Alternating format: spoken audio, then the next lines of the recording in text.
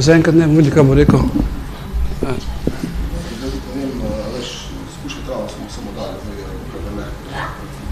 Za njega? Ja, sem mislim, da ne more sedeti samo.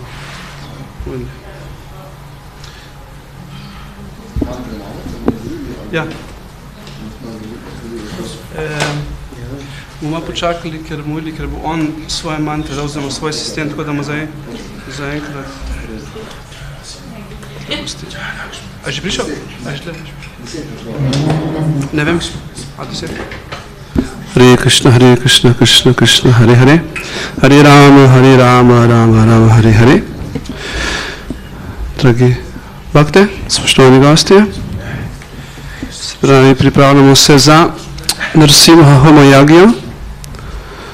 Danes še posebej priložnost, ker imamo posebnega gosta, velikega bhakta, gospod Narasimha Druga Prabhu, slaven, svetovno slaven, vesolno slaven Druga Prabhu. Ima kdo knjigo tle njega, slučajno? Imamo knjigo tle njega? Ne veste, tako veliko knjigo Simhadeva.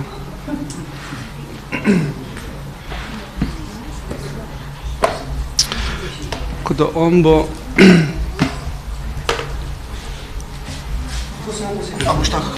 počakamo, da pride, da vidim, kako bo se hotel pozicionirati. Ampak načeloma vodni del do Sankalpe bomo naredili, potem pa on vodo ta del za inštalacijo Vajšnava Agnija.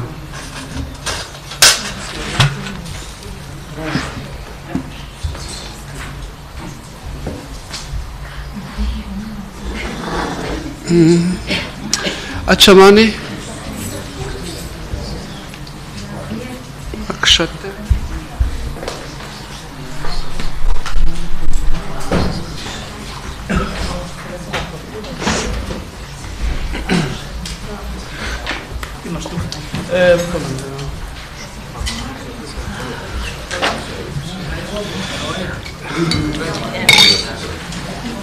His Grace Dhruva Prabhu ki jai, Srila Prabhupada ki jai, Gopremanande, Hari Hari Bol.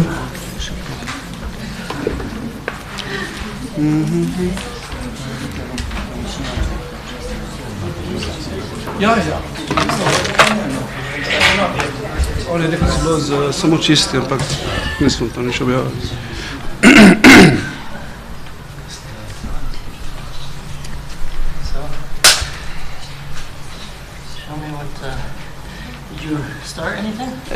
We're waiting for you. So thank you everybody for coming. We can use the mic so we can hear you. I'm so happy to see everybody here. Thank you for coming, being part of this beautiful Narasimha Homa. So every Saturday, which is a very pleasant surprise for me to hear, Ananta Prabhu and some of your other wonderful, yes, do this incredible Narasimha Homa since COVID started. And I've been to a lot of temples around the world since COVID started, and this is the only temple that has actively done this every week. So I'm very proud of you for doing this, and subtly I feel the vibration of this place is very unique. And homas, yagyas, they create a subtle almost like layer upon layer, subtle, uplifting, empowering energy. So when I came here yesterday, I was very wondering why this place had such a unique potency, and I do believe one of the reasons is because of the Homa and also the nice congregation. So I'm going to participate in the Homa, which is regularly done, and then I'll add some to it, and I'll give some explanations about the installing of Agni, and also our intentions, the Sankalpa. So what you bring, you're not supposed to start any Homa, even before you offer the Homa to Bhagwan, or even before you invite Agni, and Indra, and Varaha, and the other demigods to the Homa, or before you invite, which we have here, Lakshmi Narasimha, even though he's here, you have to set your intentions. So your prayers, why are we doing this? So you guys started this because of COVID, so for protection, for health probably, and other valuable reasons. And so while continuing it now, because obviously COVID's done, what are our intentions for this Homa? Thank you. Mine are for the protection of all of us, for our bhakti, our sadhana. But each of us can offer something different. Some of us might be going through something, or wanting to increase our devotion or our potency. So you offer that subtly into the yajna. Before you start, you offer those intentions, and then kind of during the Homa, as the prayers are being chanted and the fire, the grains are being offered, you also reconfirm those intentions. And then at the end, when they do the Purnahuti and the last kind of rites. And this is very important. This is actually the most important thing of a Homa. Not the rituals mainly and all these things. It's actually setting your intentions and asking the Lord to come, be here, be present. Agni Dev, Agni Purusha he's called. I don't know if any of you have ever seen an idol of Agni. Have any of you?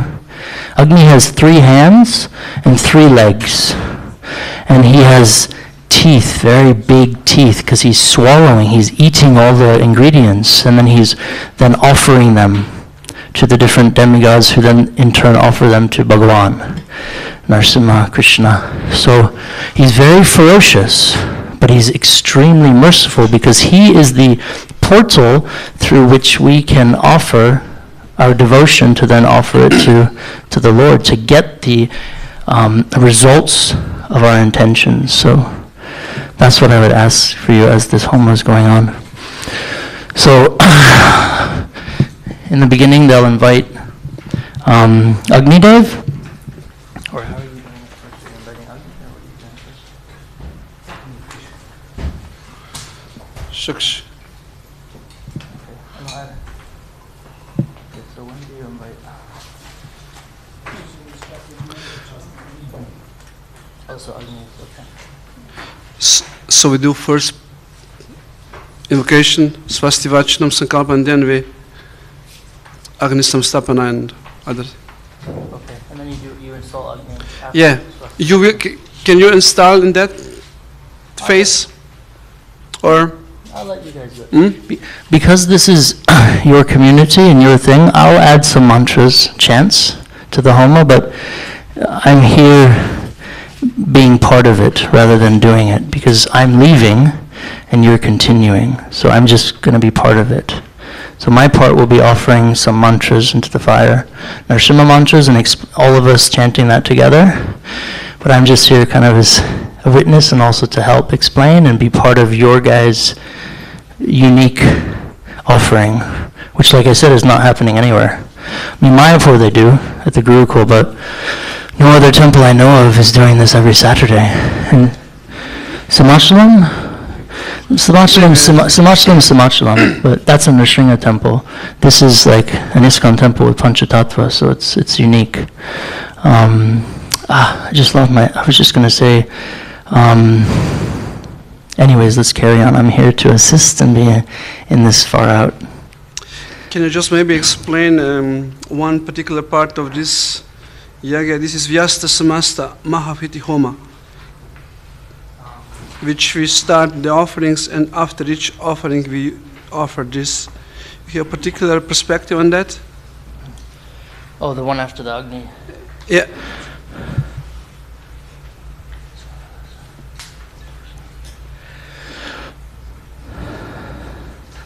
Om Bhu Swaha Idam Vaishnave Namaha. To my understanding, this is, I don't do this in my homa.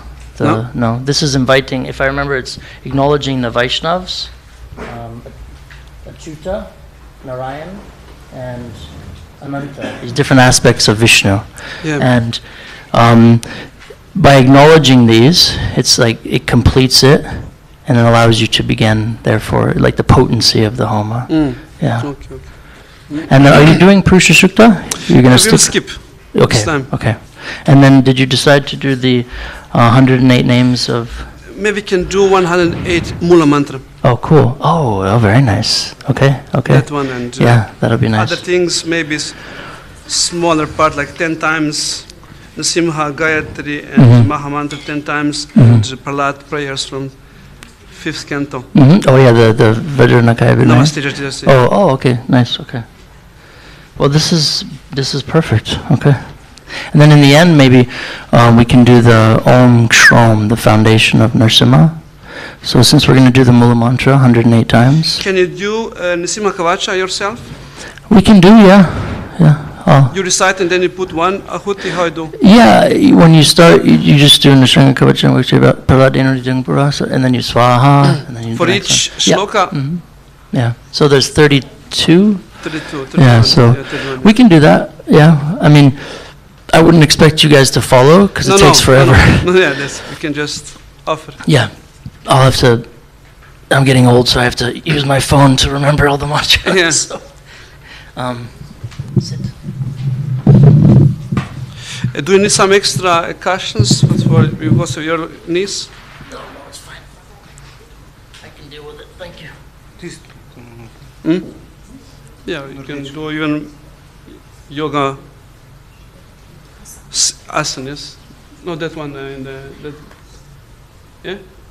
Would you like to use this one? That's amazing, thank you so much.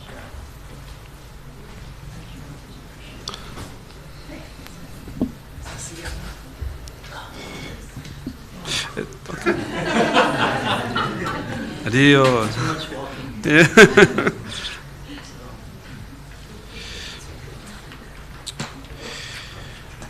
Hare Krišna, Krishna Krishna, Hare Hare, Hare Rama, Rama Rama, Hare Hare. Thank you, Prabhu, for your introduction and encouraging. So we'll try to, what we usually do, we'll try to explain what we do, and then please, if you add, some perspective or you are aware of, please, you're most welcome. Mogoče da on malo mikrofona. Please, yeah?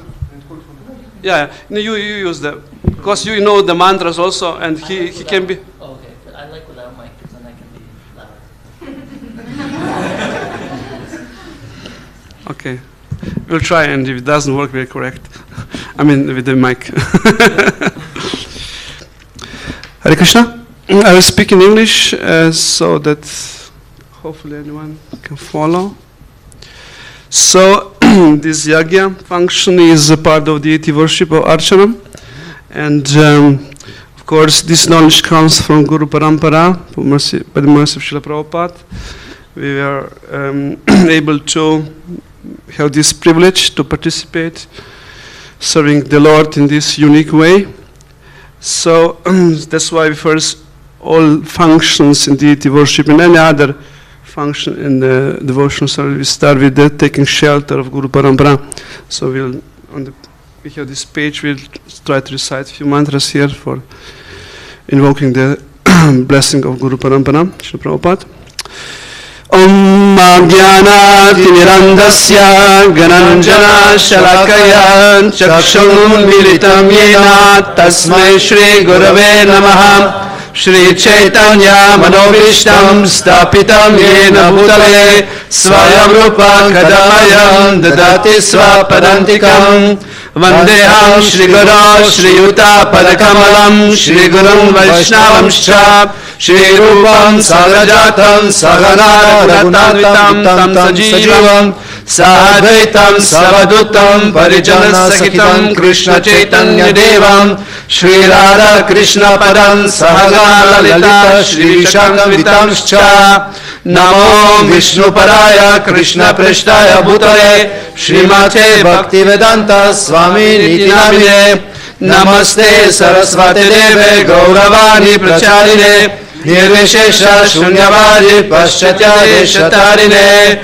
Vanchakalpa Tarubhyascha Kripa Sindhu Varevacha Patitam Pavanebhyo Vaishnavebhyo Namo Namaha Jai Shri Krishna Chaitanya Prabhu Nityananda Shri Advaita Gadadhara Shivasadi Gaura Bhaktarinda Hare Krishna Krishna Krishna Hare Hare Hare Rama Rama Rama Hare Hare Srila Prabhupada ki Jai.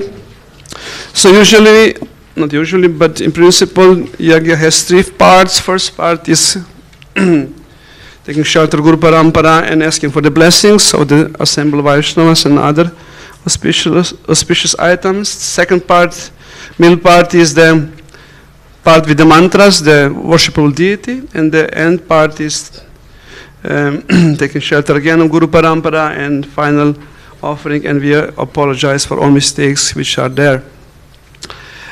So we start with invocation, which is continuing the taking shelter of principle of Guru. So we do. Hare Ram Sahana Bhavato Sahana Bhunakto Saviryam Karavavahai Tejasvinavaditamastu Mahavirishavahai. Om Shanti Shanti Shanti. Swasti Vachana, this is invoking the auspiciousness from the assembled Vaishnavas. Can you explain, Dhruva, about this akshata? If you have some perspective on that. This is rice and kurkuma. No, we use this. Hoist. Generally, they call also the havan samagri. So when you're offering auspicious grains into the fire, rice obviously is the most auspicious because it represents Shri, goddess of fortune. And the yellow turmeric also, represents quite a few other demigods and sub-demigods, at least in the traditions I've studied. So when you're offering the sacred havan samagri or grains into the fire, it's also the intention. So the person offering it is offering not for them, just for them, for you, your family, your forefathers, your whole kind of disciplic succession of your family, and then also of this sacred space that we're in and the devotees within. So it's a very kind of unselfish spiritual upliftment. So that's what generally, and sometimes you can just use the rice, you can use black mustard seeds, there's many other, and then sometimes they have dried fruits, so many different things, and each one of those things represents a particular god or goddess or an aspect of Bhagavan or even an incarnation. So, Jai. Thank you. So those who are not regularly attending, so our Hotri Devendra Gopal will lead the leading mantras, and when we repeat according to the text 3 times, and we will throw back the few grains of akshata. So this is kind of a procedure given by Parampara. So Devendra, you can start. Om Asya Karmanah Punyaham Bhavantu Bruvantu. Om Punyaham, Om Punyaham, Om Punyaham. Om Asya Karmanah Swasti Bhavantu Bruvantu. Ayushmate Swasti. Om Swasti, Om Swasti, Om Swasti. Om Asya Karmano Ridim Bhavantu Bruvantu. Om Ridyantam, Om Ridyantam, Om Ridyantam. Now recite together. Om Swasti no Govinda, Swasti no Chutananta, Swasti no Vasudeva Vishnu Dadato, Swasti no Narayana Narvai, Swasti no Padava Purushottamo Dadato, Swasti no Vishvakshena Vishveshwaraha, Swasti no Hrishikeshu Haris Dadato, Swasti no Vainateyo Harike, Swasti no Ananjana Sutta Hanu Bhagato Dadato, Swasti Swasti Sumangale Kushamahan Shri Krishna Sachitananda Gana Sareshwareshwaro Dadato. So we throw remaining akshata gently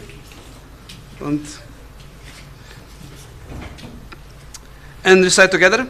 Om Tad Vishna Paramam Param Sada Pashyanti Surayah Diva Chakshuradatam Tad Vipraso Vipanyava Jagrivam Samsamidate Vishnuryat Paramam Param. Om Jai Shri Krishna Chaitanya Prabhu Nityananda Shri Advaita Gadadhar Shri Vasari Gaura Bhaktarinda Hare Krishna Krishna Krishna Hare Hare Hare Rama Rama Rama Hare Hare.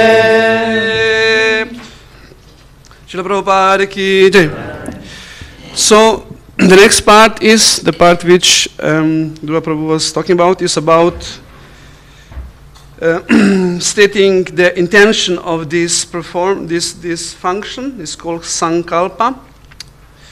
So usually here the benefit of yaga is transfer. So if there is some kind of a yajaman, this is the sponsor or someone who ordered, or if there is no one, then the benefits is taken for those who are participating.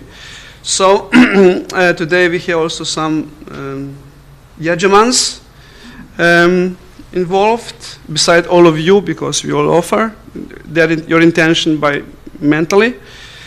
So I will read a translation of sankalpa, or the statement of intention, for two persons. So today the sponsor is Ranganitai Prabhu and Dayalu Prabhu with the family. So which tithi today? Anyone else? I didn't check. Anyone has a Vedic calendar here? No. I know. Naomi? Is Naomi? No. Naomi. Okay. Na današnji ugodni dan Navami Titi bomo priredili Šri Narasimha v zadovoljstvo Šri Krišne in za dobrobit, se pravi Ranganitai Prabhuja in Dayalu Prabhuja z družino, Nano in Gaurangi. Hkrati pa tudi v želji za duhovni blagor in za blagostanje vsem svetom. Ranganitai Prabhu prosi za blagoslove za projekt, ki se imenuje Navadvip projekt, poseben projekt, ki je še enka skrivnost, ampak blagoslovi so zaželeni. Dayalu Prabhu pa z družino prosi za duhovno dobrobit za njegovo družino in da bi bili zaščiteni in imeli duhovno podlago za nadaljnjo duhovno pot. Okay, I will now. How do you do usually sankalpa? We do this with like that. You also do. Vzajemo latice, damo akšato, riž pa kumo, par kapljic in pokrijemo in zdaj izgovorimo v sanskrtu. Hare Om Tat Sat Shri Govinda Govinda Chatutasyam Chabut Navami Shubhatitau Shri Krishna Pitarham Ranganitai Dasa Dayol Dasa Parivara Kalyanartam Vishwa Mangalartam Cha Shri Mahanarasimha Mayam Karishamaha Hare Krishna Krishna Krishna Hare Hare Hare Rama Rama Rama Hare Hare. Hare Krishna. S tem je zaključen prvi del. Now we will invoke the Lord in the form of Agnidev. Our Devendra Gopal Prabhu will. Can you say something about also this invocation of the fire? While you can do. So, Agnidev is the devouring fire of purification. He is, the most potent, and hence that's why when we're asking him to come, we're actually begging him. There's different prayers, and one of them is saying, "Please, O greatest, O most merciful, please come and accept these offerings from us, though we're unqualified, and please then therefore offer them." Just before I came, I read this, and I like this, because I never heard Agni called the most merciful. Normally they say the great devourer, the great. And so when we ask him to come, because he's one of the pure elements, he comes and sits. And because of his purity, he destroys all filth, right? Material. He burns it away and purifies it. Even we might be somewhat subtly dirty. We're offering. He takes that and purifies it, and then it goes up to them. Thank you. Srila Prabhupada ki jai. Shri Lakshmi Shingadev Bhagavan ki jai. So during the installation process, there we have kirtan. And now you can also meditate upon your intention. There's the proper time to meditate and connect with the Lord and try to express your spiritual desires and whatever is in your desiring.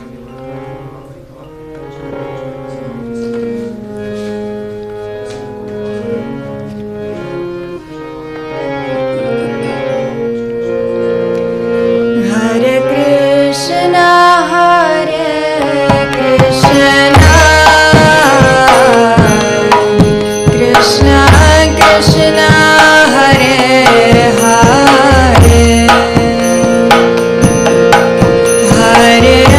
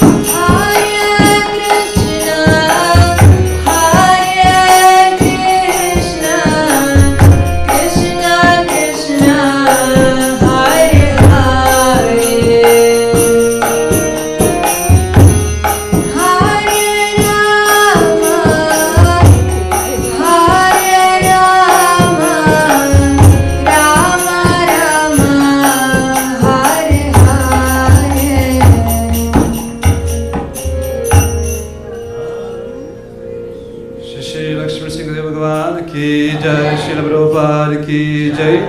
So, Lord's mercy. Vaishnava Agni, special form of the Lord, now appear.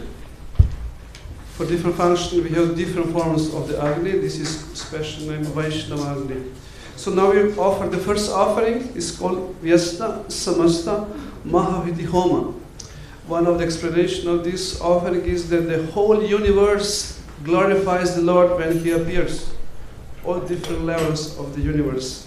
So we'll start with the offering. Om Bhusvaya Namah, Om Vasvaya Namah, Om Vasvaya Namah, Om Vasvaya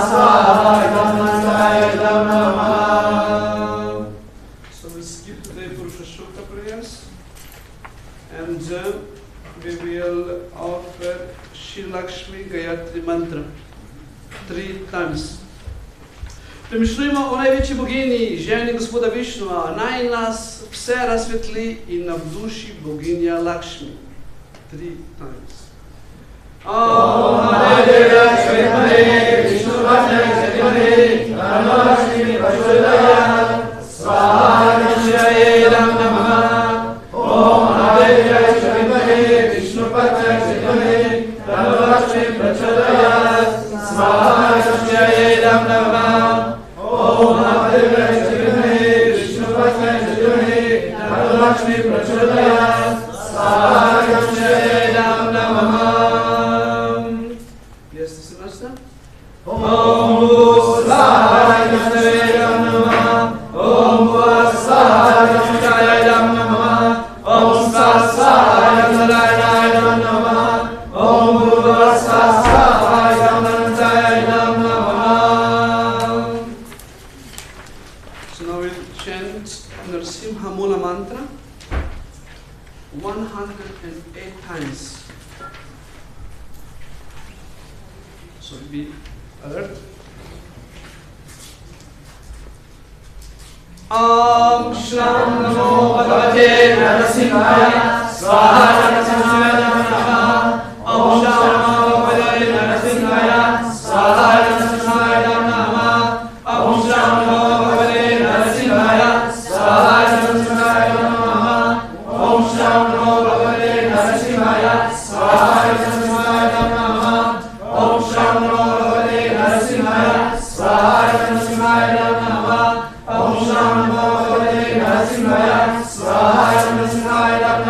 Om Shram Namo Bhagavate Narasimhaya Swaha Narasimhaya. Om Shram Namo Bhagavate Narasimhaya Swaha Narasimhaya. Om Shram Namo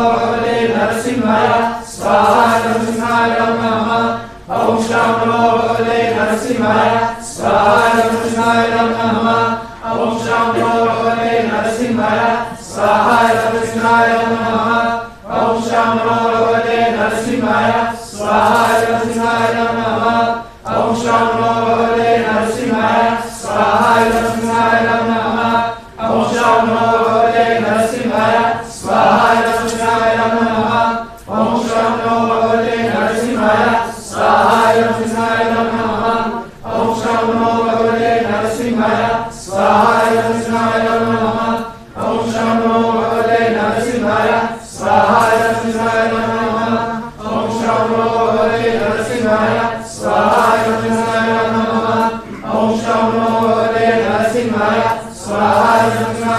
Om Shram Namo Bhagavate Narasimhaya Swaha Narasimhaya. Om Shram Namo Bhagavate Narasimhaya Swaha Narasimhaya. Om Shram Namo Bhagavate Narasimhaya Swaha Narasimhaya. Om Shram Namo Bhagavate Narasimhaya Swaha Narasimhaya. Om Shram Namo Bhagavate Narasimhaya Swaha Narasimhaya. Om Shram Namo Bhagavate Narasimhaya Swaha Narasimhaya. Om Shram Namo Bhagavate Narasimhaya Swaha Narasimhaya. Om Shram Namo Bhagavate Narasimhaya Swaha Narasimhaya. Om Shram Namo Bhagavate Narasimhaya Swaha Narasimhaya. Om Shram Namo Bhagavate Narasimhaya Swaha Narasimhaya. Om Shram Namo Bhagavate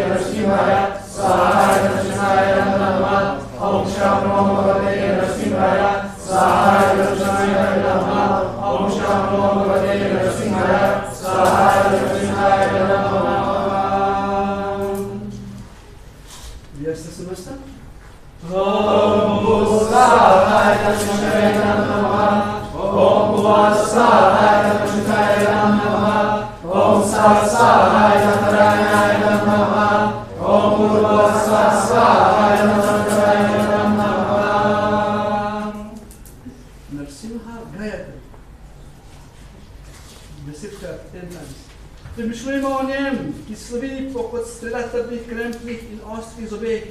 Naj na vse navduši Gospod Narasimhareva, Šri Lakšmi Singare Bhagavan ki jai.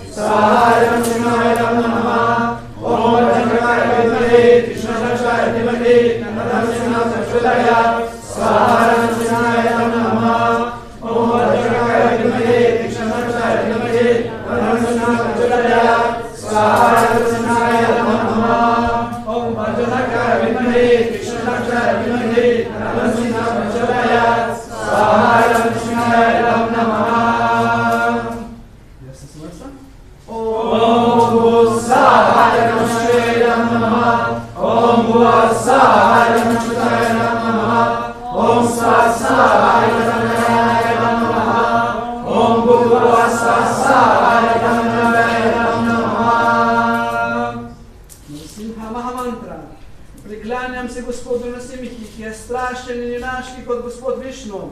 Gori iz vse smeri, je strašen, strašenosen in smrt posebne nesmrtni. Šri Lakšmi Singare Bhagavan ki jai. I want to say something about this mantra. So this mantra is considered by many of the acharyas as the most powerful because the mrityum namamyaham. So at the end, when you're chanting this mantra, maybe we can do it a bit slower so everyone can follow. Om Krim Shrom, so the Shri and Shrom Narasimha. Ugram Viramaham Vishnum Jwalantam Sarvadamukam Narasimham Bhishanam Badram Mrityum Namamyam. Concentrate on the last. He is the killer of death. He puts fear in death's heart if death tries to mess with any of his devotees. So this. Can you read? Can you read the chanting? Oh, okay. Om Krim Shrom Ugram Viramaham Vishnum Jwalantam Sarvadamukam Narasimham Bhishanam Badram Mrityum Namamyam Swaha Namaha. Om Krim Shrom Ugram Viramaham Vishnum Jwalantam Sarvadamukam Narasimham Bhishanam Badram Mrityum Namamyam Swaha Namaha. Om Krim Shrom Ugram Viramaham Vishnum Jwalantam Sarvadamukam Narasimham Bhishanam Badram Mrityum Namamyam Swaha. Om Krim Shrom Ugram Viramaham Vishnum Jwalantam Sarvadamukam Narasimham Bhishanam Badram Mrityum Namamyam Swaha. Om Krim Shrom Ugram Viramaham Vishnum Jwalantam Sarvadamukam Narasimham Bhishanam Badram Mrityum Namamyam Swaha. Om Krim Shrom Ugram Viramaham Mahavishnum Jvalantam Sarvatomukam Nishimham Visharam Bhadram Mrityu Mrityu Namamyam Swaha Om Hrim Shram Bhurangira Mahavishnum Jvalantam Sarvatomukam Nishimham Visharam Bhadram Mrityu Mrityu Namamyam Swaha Om Hrim Shram Bhurangira Mahavishnum Jvalantam Sarvatomukam Nishimham Visharam Bhadram Mrityu Mrityu Namamyam Swaha Om Hrim Shram Bhurangira Mahavishnum Jvalantam Sarvatomukam Nishimham Visharam Bhadram Mrityu Mrityu Namamyam Swaha.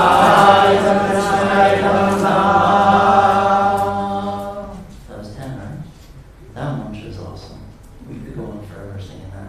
And sometimes in a Hogalam or these different temples, they'll do 108, but then they get this vibration, and then they'll do, okay, let's do 216. And, you know, I've sat in thousands of homas, so it's like, my knees kill me. And one time they did 1,008. And it was just like this, the old women were chanting, the kids, and it's like, it's mind-blowing once you keep going. Like the Maha Mantra, you see in a kirtan, it raises you to this level. It's the same with these mantras. So, sorry, continue on. Should we do 10 more?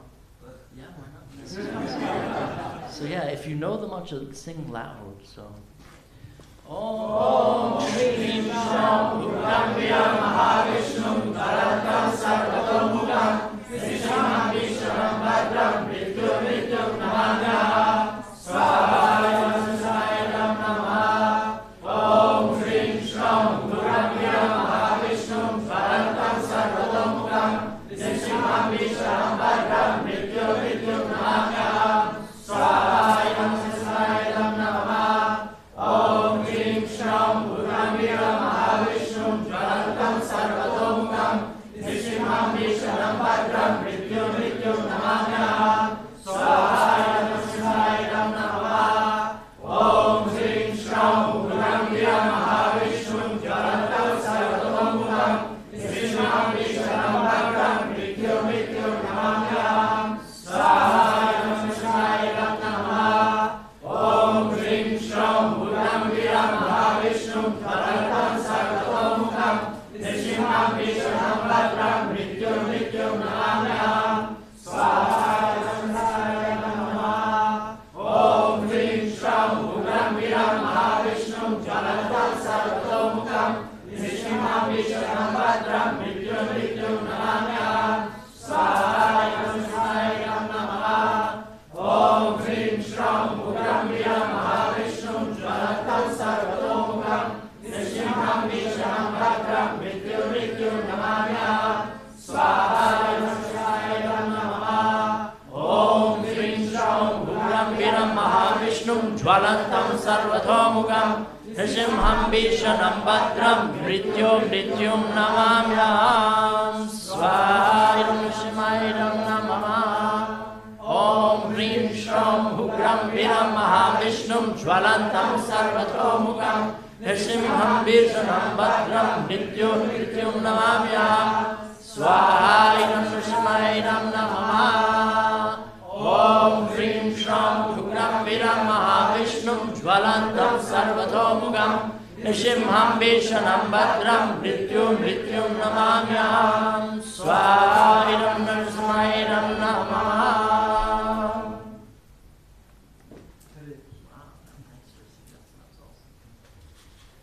Yes, that's the master.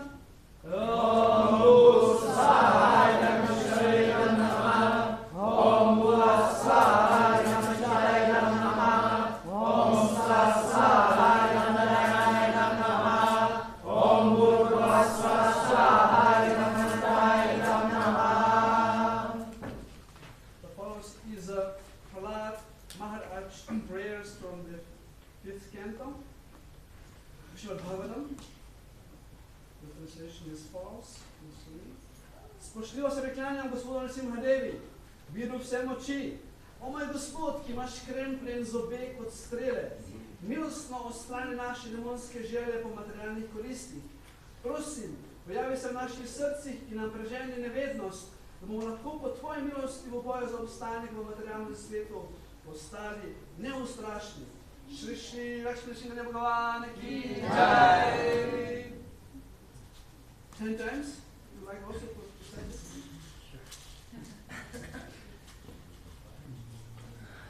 Hari Om Namo Bhagavate Narasimhaya Namaste Naste Namaste Bhava Vadranaka Vadrajangstra Kamasayam Randaya Randaya Tamo Grasya Grasya Om Swaha Abhayam Abhayam Atmani Bhushita Om Sham Swaha Idam Narasimhaya Namama Om Namo Bhagavate Narasimhaya Namaste Naste Namaste Bhava Vadranaka Vadrajangstra Kamasayam Randaya Randaya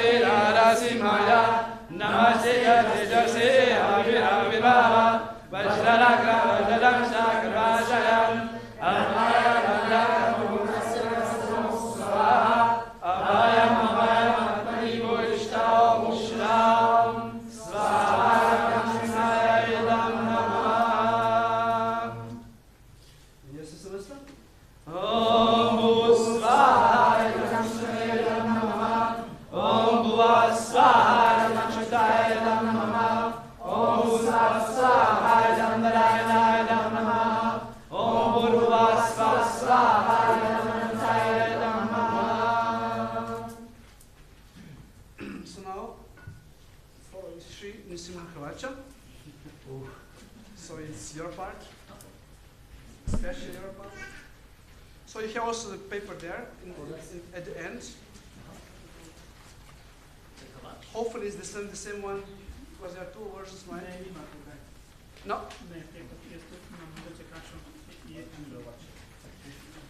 Here.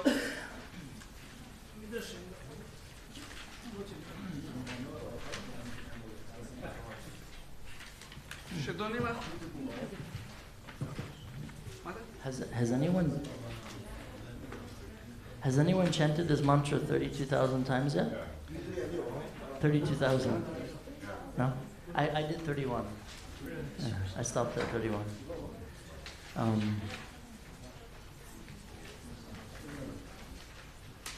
I don't expect.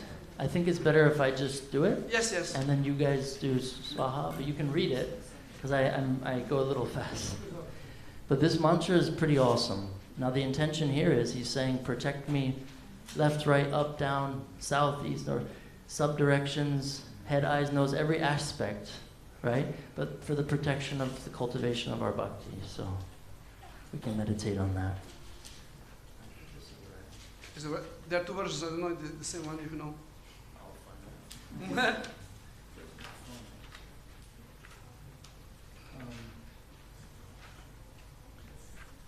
So we will offer, when he ends the shloka, we will offer the ahuti. Right? Like that? Or at the end? Just and at the end we can do. Yeah, I normally do. I'll chant the mantra and I'll just say swaha. Without offering. I don't do the ahuti. Yeah, that's the one of the ways I learned. You suggest? Because it takes longer. Yeah. But we can do it at the end. We can do it at the end. At the end, one big swaha. Yeah. And before I start, I'm going to acknowledge the Nava Narasimhas in a few other forms. So I'll just chant their names, and then we can. After each name, we'll do swaha, and then I'll chant the kavach. Om Ahobale Ahobala Narasimhaya Namah Swaha. Swaha. Om Shri Lakshmi Narasimhaya Namah Swaha. Om Shri Bhargava Narasimhaya Namah Swaha. Om Shri Chatravarta Narasimhaya Namah Swaha. Om Shri Yogananda Narasimhaya Namah Swaha. Om Shri Karanja Narasimhaya Namah Swaha. Om Shri Ahobale Ugra Narasimhaya Namah Swaha. Om Shri Krodha Narasimhaya Namah Swaha. Om Shri Mohalo Narasimhaya Namah Swaha. Om Shri Stanu Narasimhaya Namah Swaha. Om Shri Veera Narasimhaya Namah Swaha. Om Shri Jwalamukhi Narasimhaya Namah Swaha. Om Shri Ugrastamba Narasimhaya Namah Swaha. Om Shri Pavana Narasimhaya Namah Swaha. Om Shri Girija Lakshmi Narasimhaya Namah Swaha. Om Shri Jyoti Narasimhaya Namah Swaha. Om Shri Chintamani Narasimhaya Namah Swaha. Om Shri Yoga Bhoga Lakshmi Narasimhaya Namah Swaha. Om Narsingha Kavacham Vakse Praladenotitam Pura Sarvarakshakaram Punyam Sarvabhadravanashanam Swaha Sarva Sampakaram Shaiva Svaraga Moksha Pradayakam Jetva Narsimam Devasham Hemasimasanastitam Swaha Ruksam Srimayam Sharan Rusama Prabham Lakshmi Alangitavam Yam Vibhirubhashitam Swaha Turbhogyam Kumalangyam Svarana Gundala Shovidam Shriya Shosho Raksham Ratnakevar Mudridam Swaha Tapta Kanchana Sankasyam Pitane Malavasasam Indradi Surya Murstita Spuramanika Diptibihi Swaha Virajita Paradvandvan Shanka Chakradi Hetri Gurutmata Chavinyata Stuyamanamanam Vidam Swaha Swahit Kamalasyam Vyasam Pitvadu Kavacham Pade Nrsimhome Shriyaf Patu Lokaraksat Sambhavaha Swaha Sarvagopi Sambhava Pala me rakshatu dvanim Nrsimho me drasu patu Soma Surya Kilochana Swaha Mutta me patu nri hari muni varyastuti priya Asam me singanastastu mukyam lakshmi mukha priya Swaha Sarva vidya priya patu nrsimho rasanang mama Bhaktran padva indvaranas Sarapralar vandidaha Swaha Nrsimha patu me kantam skanda budritanantagrit Divyastra Shubhita Bhujaho Nrsimha Patu me Bhujaho Swaha Sarame Deva Varadho Nrsimha Patu Sarvadaha Hritayam Yogi Sajjascha Nivasam Patu me Hari Swaha Madhyam Patu Hiranyaksha Vakshu Shivadaranaha Nabime patu nri hari swanabi brahman sansudaha swaha brahmananda kotyakatyam yasasu patu me kating gyuhame patu gyuhanam mantranam guyarupadrik swaha gurumano bhava patu jnanani nararupadrik Jange patu darabara hartayo smrgeshari swaha Gururagya pradapatu padamendri harishvaraha sahasra shirasha purusha patume sarvasastunam swaha Mugra putava patu mahavigriko knitaha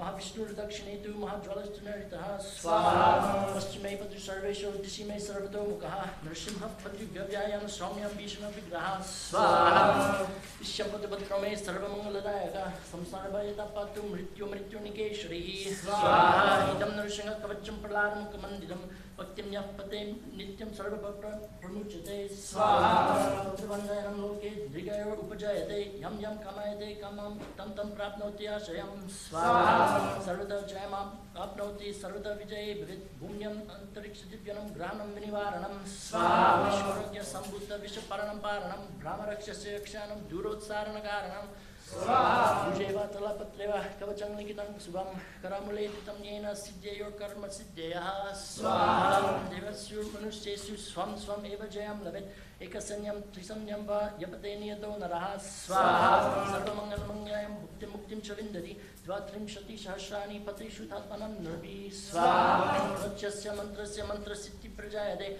Anena Mantra Rajena Kritva Basma Bimantranam Swaha Chilagam Dvinviryad Yastu Tasya Graha Vayanam Hare Trivaram Japamanastu Datyam Bharya Bimatraja Swaha Prasedyo Yo Naro Mantram Nashimam Dhyanama Charit Tasya Roga Pranashanti Ekashu Kukchi Sambhavaha Swaha Mantra Bahuno Ketena Narsimha Sajjasho Bhavit Manasas Chintitam Yatu Satyapnya Help me with the last one. Swaha Swaha Garjantam Garjayantam Nijabhujapatalanam Sohotayantam Hadyantam Rupyantam Tapyantam Divi Bhuvidityam Kshepyantam Kshibantam Karandantam Roshayantam Dishi Dishi Satanam Smarantam Barantam Vikshyantam Gunayantam Karanikar Sater Divya Simham Namami Swaha Shrivanananta Purane Praladoktam Shina Shangakavacham Sampurnam Swaha Then Idam Nurse. What is that?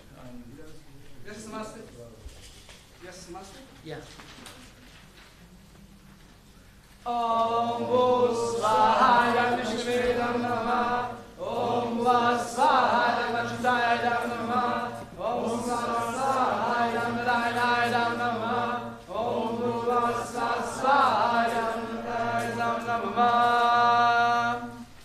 So with this mantra we concluded the middle part.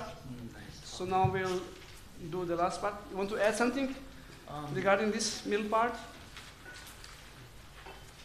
Now you're going to do the We will not do the 108 names. Okay.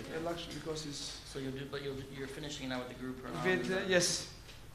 You like to add something? I want to chant the kshrom.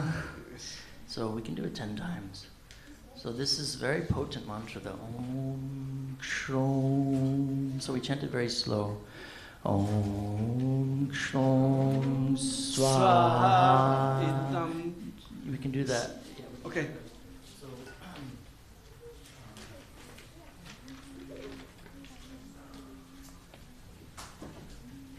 we're going to do it 10 times. So we're just saying Kshrom. Everybody got that? It's like the essence of Narsimha. And so we'll do it 10 times, and then every time we say Swaha, we'll do Idam Narsimha Idam Namama. Om Kshrom Swaha Idam Narsimha Idam Namama. Om Kshrom Swaha Idam Narsimha Idam Namama. Om Kshrom Swaha Idam Narsimha Idam Namama. Om Kshrom Swaha Idam Narsimha Idam Namama. Om Kshrom Swaha Idam Narsimha Idam Namama. Om Kshrom Swaha Idam Narsimha Idam Namama. Om Kshrom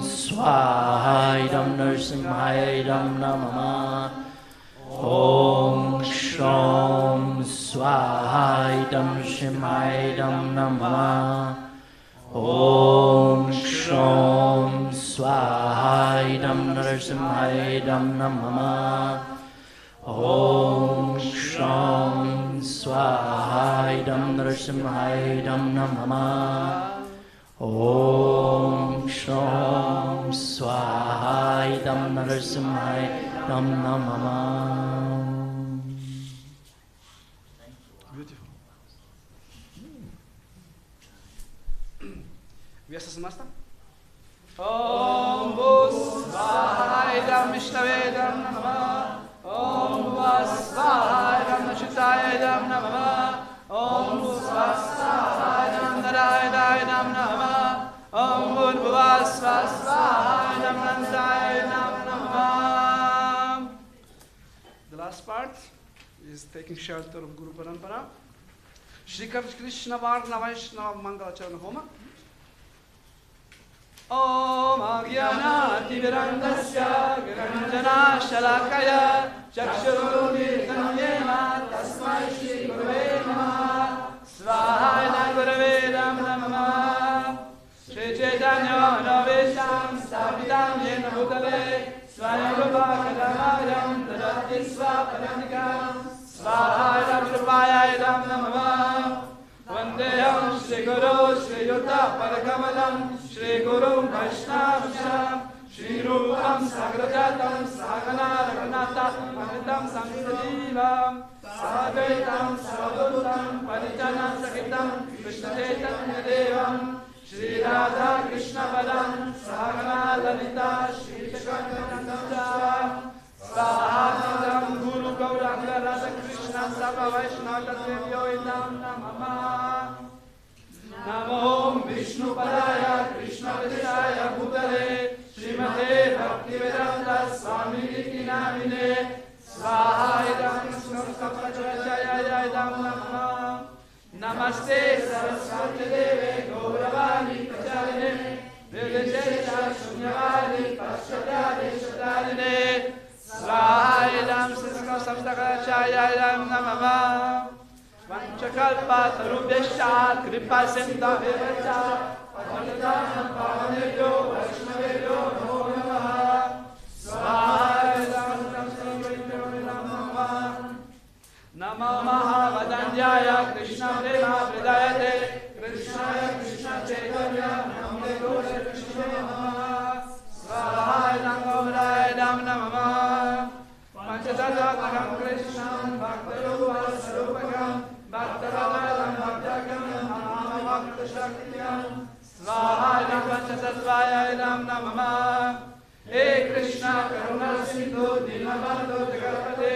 Gopesha Gopika Kanta Radha Kanta Namostute Svaha Idam Krishnaya Idam Namah Kanchana Gaurange Radha Vidya Madheshware Vrishavan Nustede Pranamami Adekte Svaha Idam Namah Jai Shri Krishna Chaitanya Prabhu Nityananda Shri Advaita Gadadara Shivasari Gaura Bhaktavinda Svaha Idam Namah Om Hare Krishna Krishna Krishna Hare Hare Hare Rama Rama Rama Hare Hare Svaha Idam Krishna Namah Om Hare Krishna Krishna Krishna Hare Hare Hare Rama Rama Rama Hare Hare Svaha Idam Krishna Namah Om Hare Krishna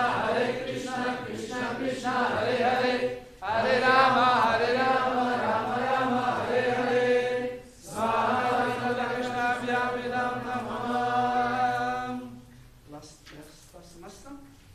Om Svaha Vishnavedam Namah. Om Svaha Judayadam Namah. Om Svaha Narayadam Namah. Om Svaha Nandayadam Namah. And final offering, it's called Purna Huti. So we stand up, watch out there.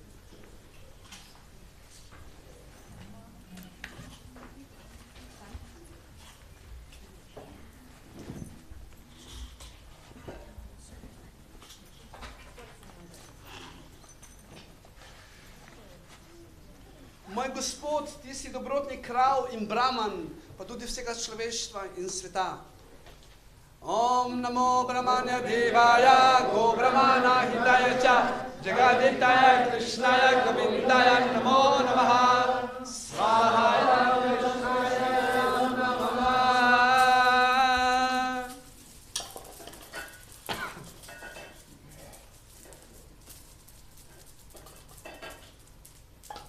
Om Punamada Punamedam Punat Punam Mudachyate Punasya Punamadaya Punameva Vashishyate.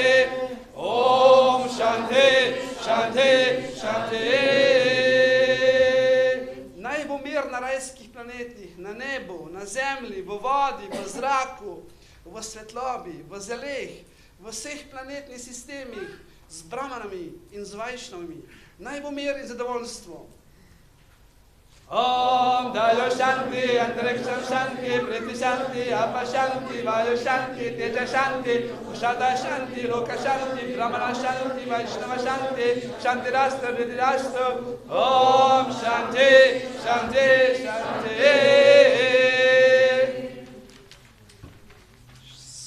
Še opravičilo za napake. Našemu prizadevanju lahko manjkajo sestavine, je obredno pomanjkljivo, ga nismo izpeljali v pravem duhu ali po opisanem postopku. Vendar po milosti Gospoda Krišne in bhakt naj bo popolno in naj prinese zadovoljstvo. Kakršnakoli dobra posledica naj izneči naše pomanjkljivosti. Tako bom premišljeval o Gospodu Krišni. Angahinam, kriyahinam, videhinam, chaya bhavet, astadat sarvamachedram, Krishna karshna vasadataha, yatkachishvakunam jatam, tadoshavasamanasya, Shri Krishna smaranam karome. Om Abhikam Samudragacha, Om Tvam Siddhara Bhava. Hare Krishna, Krishna Krishna, Hare Hare, Hare Rama, Rama Rama, Hare Hare. Shri Lakshmi Singhadev Bhagavan ki jai, Shri Panchatat Bhagavan ki jai, Shri Prabhupada ki jai, Go Premanande, Haribol. Hare Krishna. Kirtan.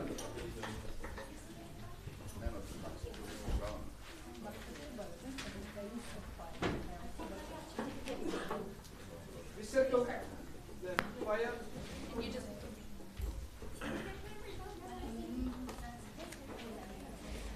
Start.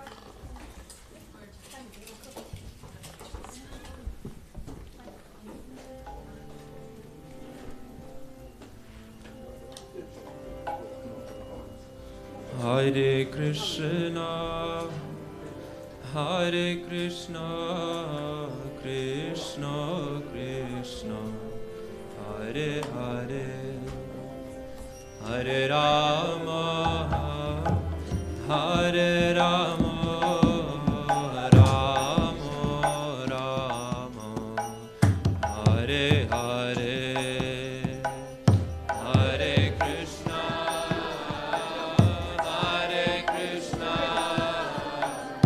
Krishna Krishna, Hare Hare, Hare Rama, Hare Rama,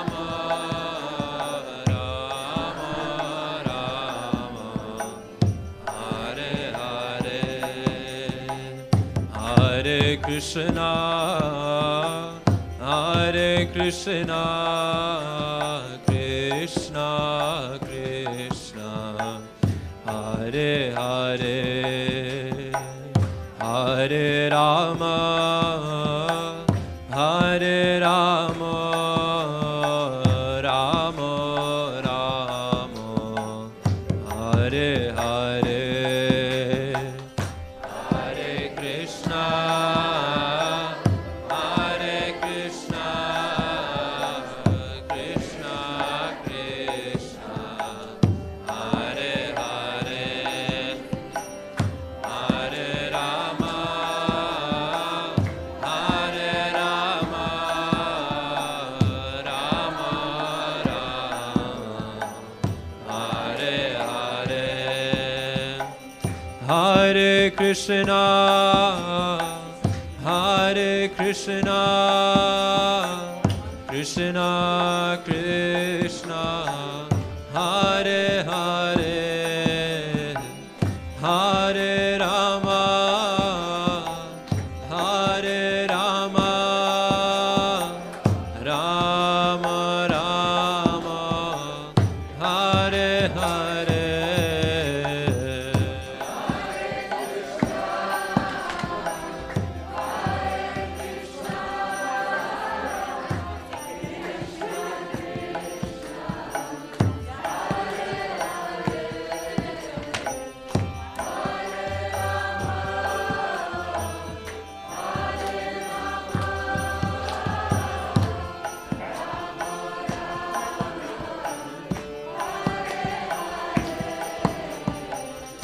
Hare Krishna, Hare Krishna,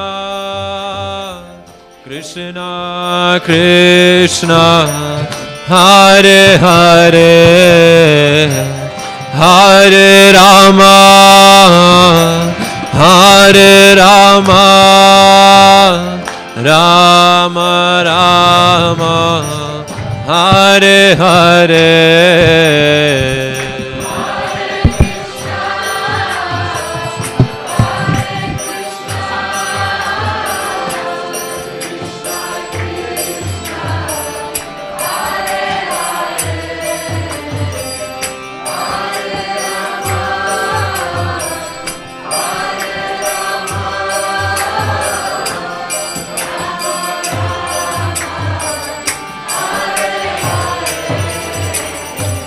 Hare Krishna, Hare Krishna,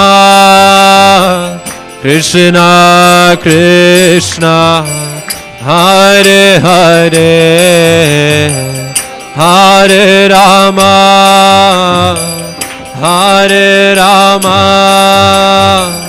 Rama Rama, Hare Hare.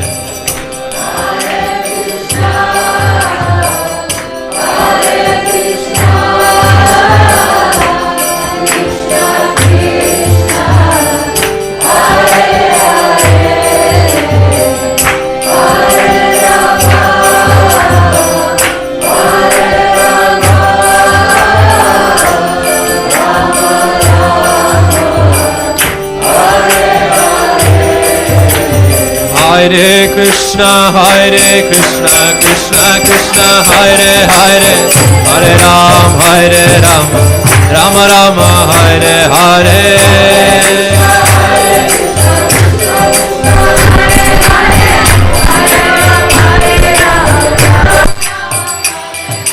Hare Krishna, Krishna Krishna, Hare Hare, Hare Ram, Rama Rama, Hare Hare.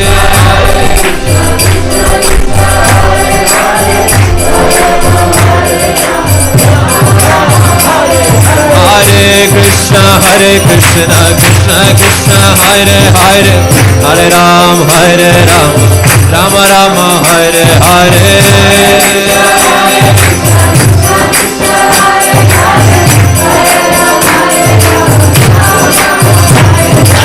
Hare Krishna, Krishna Krishna, Hare Hare, Hare Rama, Rama Rama, Hare Hare.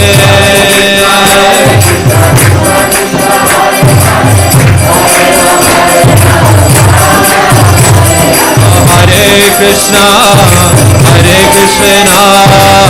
Krishna Krishna, Hare Hare, Hare Rama,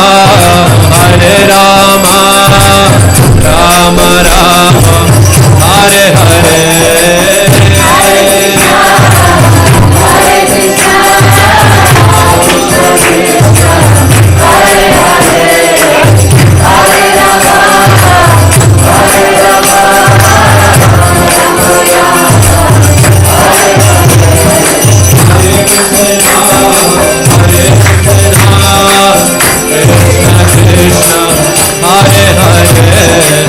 Hare Rama,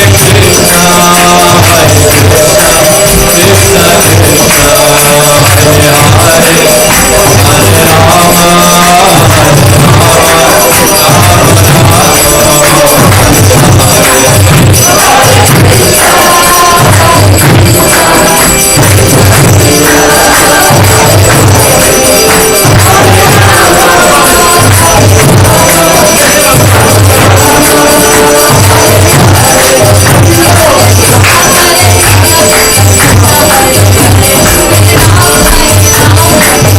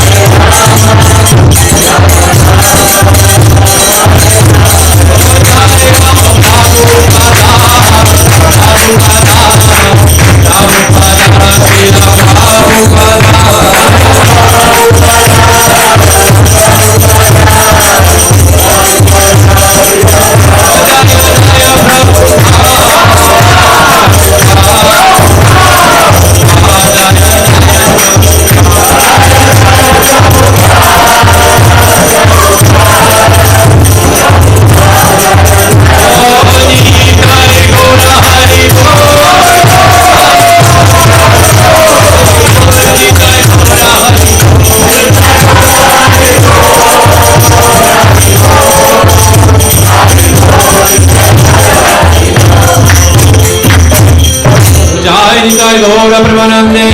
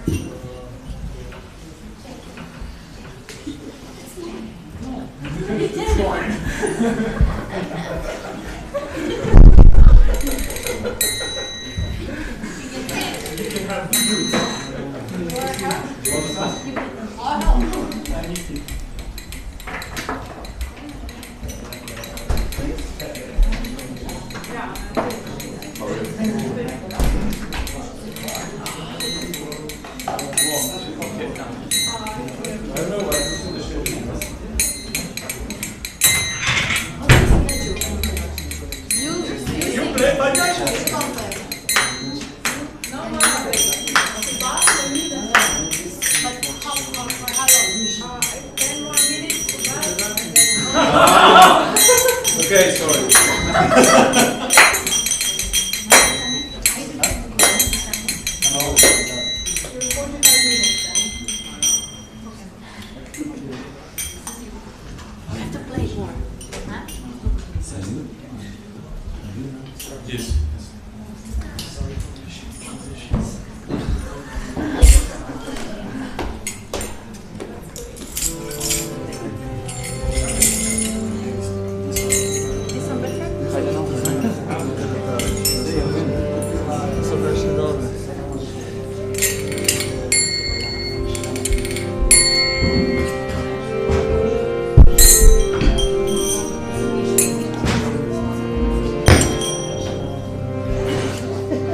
Hare Krishna, Hare Krishna, Krishna Krishna, Hare Hare, Hare Rama, Hare Rama,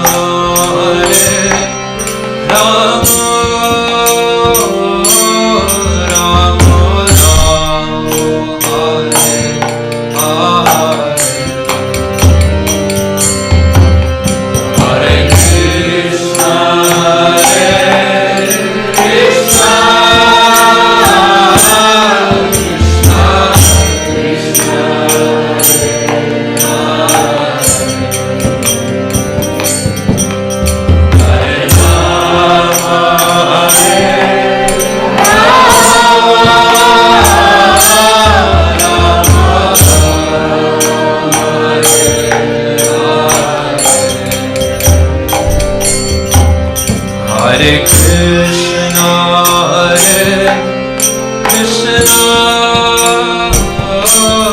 Krishna Krishna, Hare Hare, Hare Rama, Hare Rama, Rama Rama, Hare Hare, Hare Krishna, Hare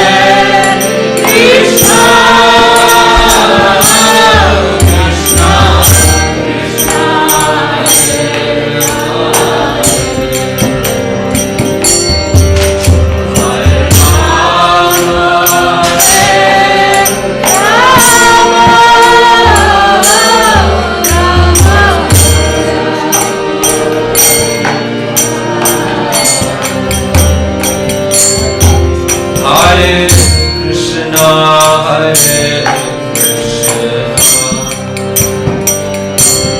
Krishna Krishna,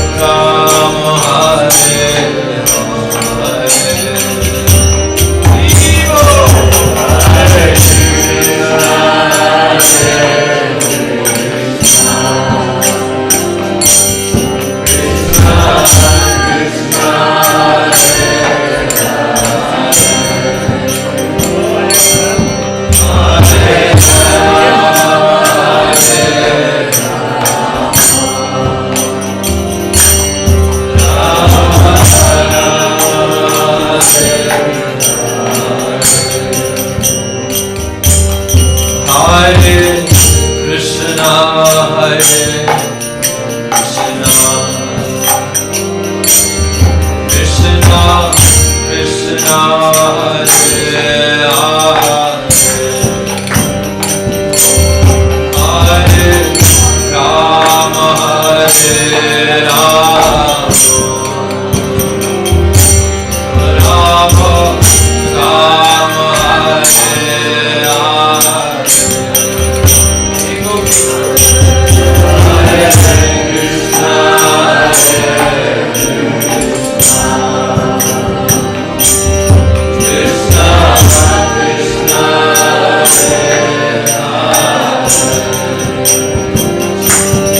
Hare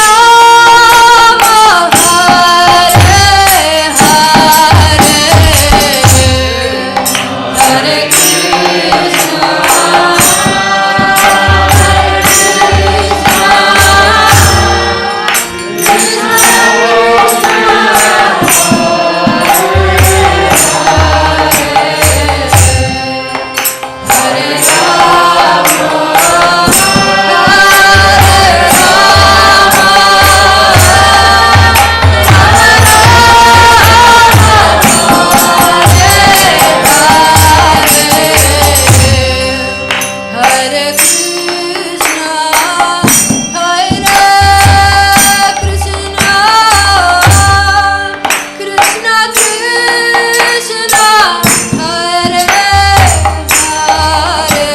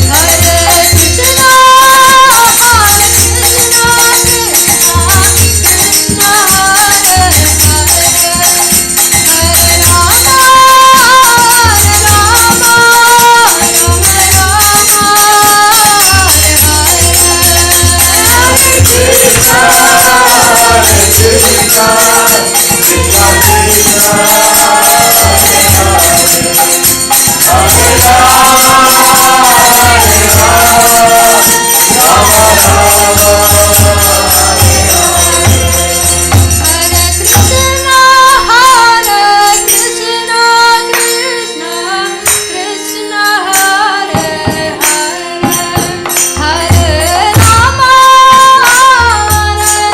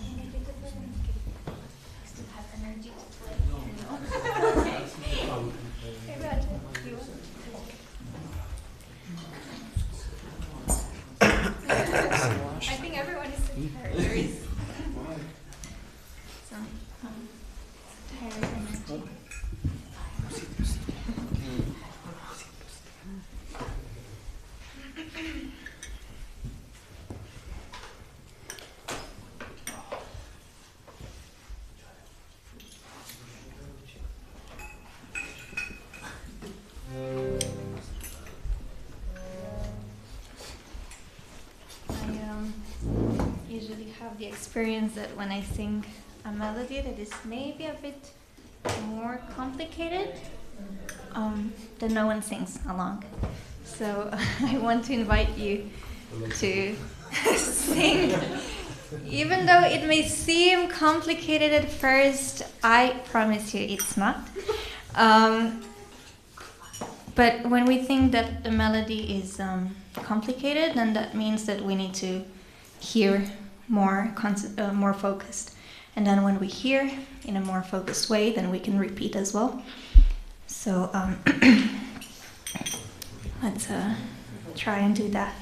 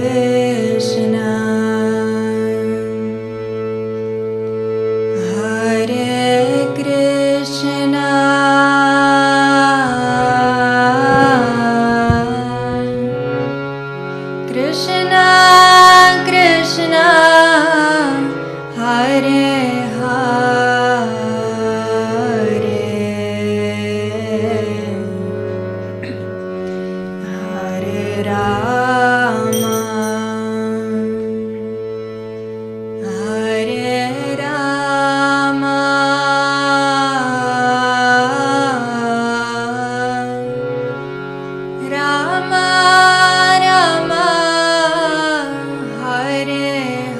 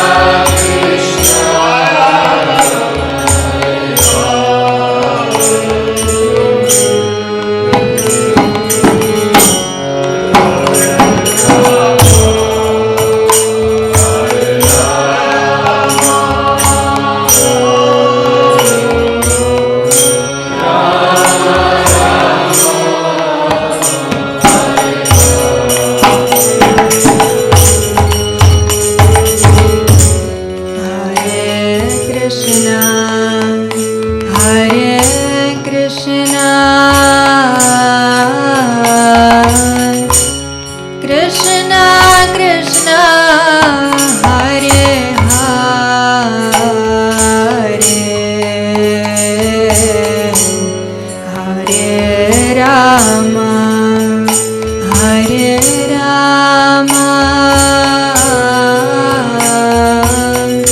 Rama-rama,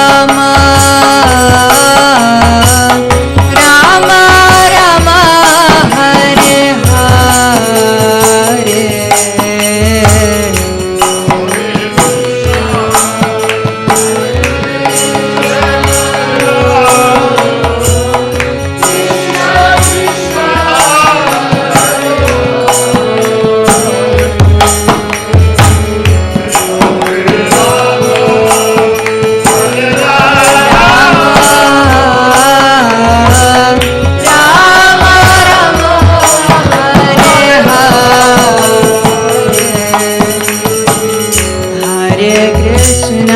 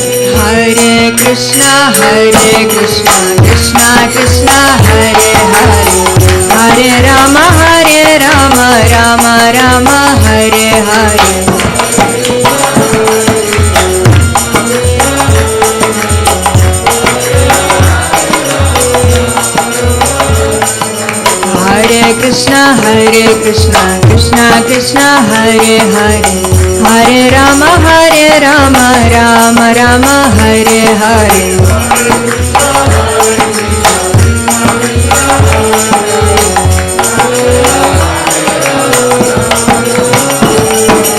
Hare Krishna Krishna Krishna Hare Hare Hare Rama Rama Rama Hare Hare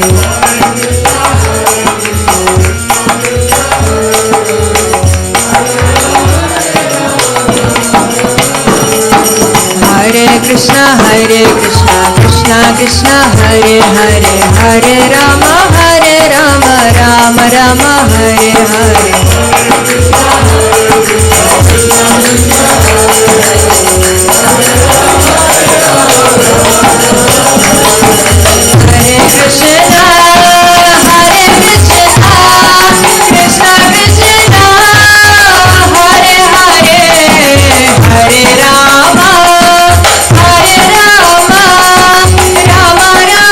Hare Rama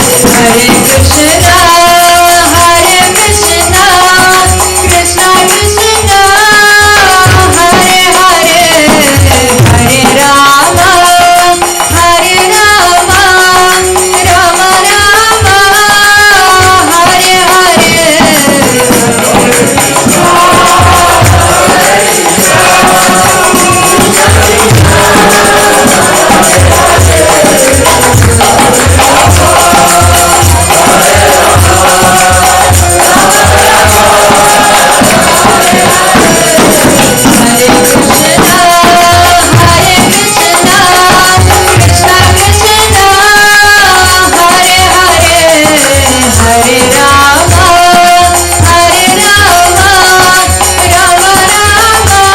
Rama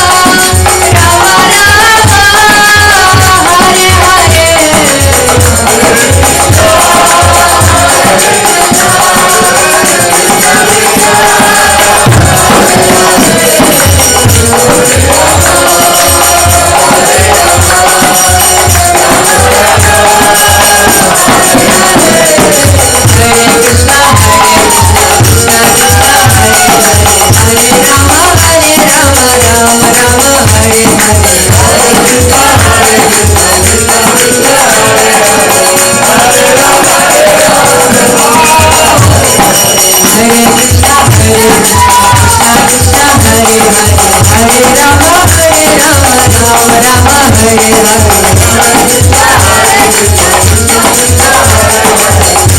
Krishna Krishna Krishna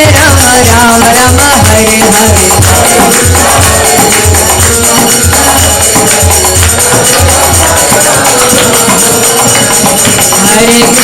Hare Hare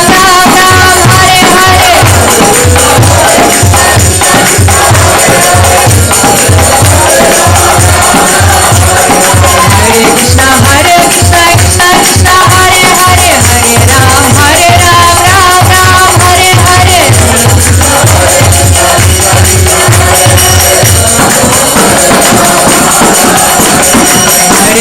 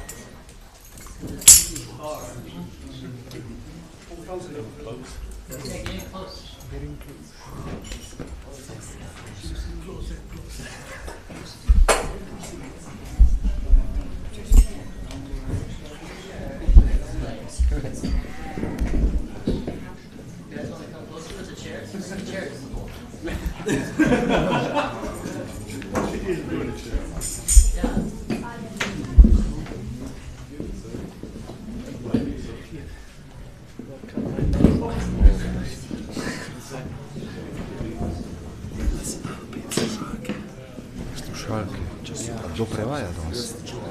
Marko? Kdo prevaja danes? Taruni pomaga.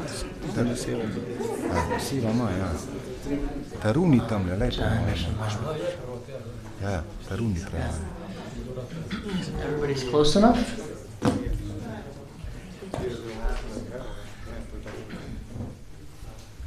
So, welcome everybody to the second night of Narasimha.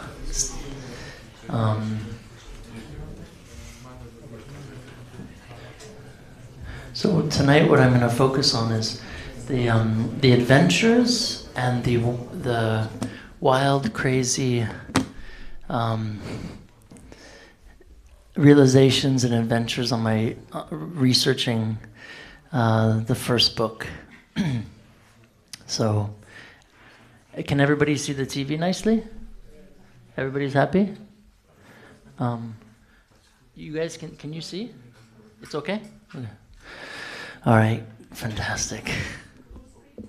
Yeah, I'll put it on. Well, once I do that, it starts moving, so I have to. I've never used a Windows. You want to help me? I'm a Mac man. I've never used a Windows. So, you know, everybody. Oh, that's so cool. Then you do cross. Yeah, and then I just go. Just do it over there. So cool. Thank you so much. Oh my Lord. So, you know, when I first started on the journey, it was very wild. I didn't mention much, but there was finding his temples was not easy. They're always in some jungle, on top of a mountain, in a cave, filled with bats or snakes or monkeys or in a tunnel. Oh my God, what's going on? Oh, okay. It's alive. So when I was young, it was a lot, easier to do these types of things. And some temples I would show up. One particular temple, and I showed up and the Brahmin had just walked down from the mountain. And I said, "Where's Narasimha?" And he said, "Up there."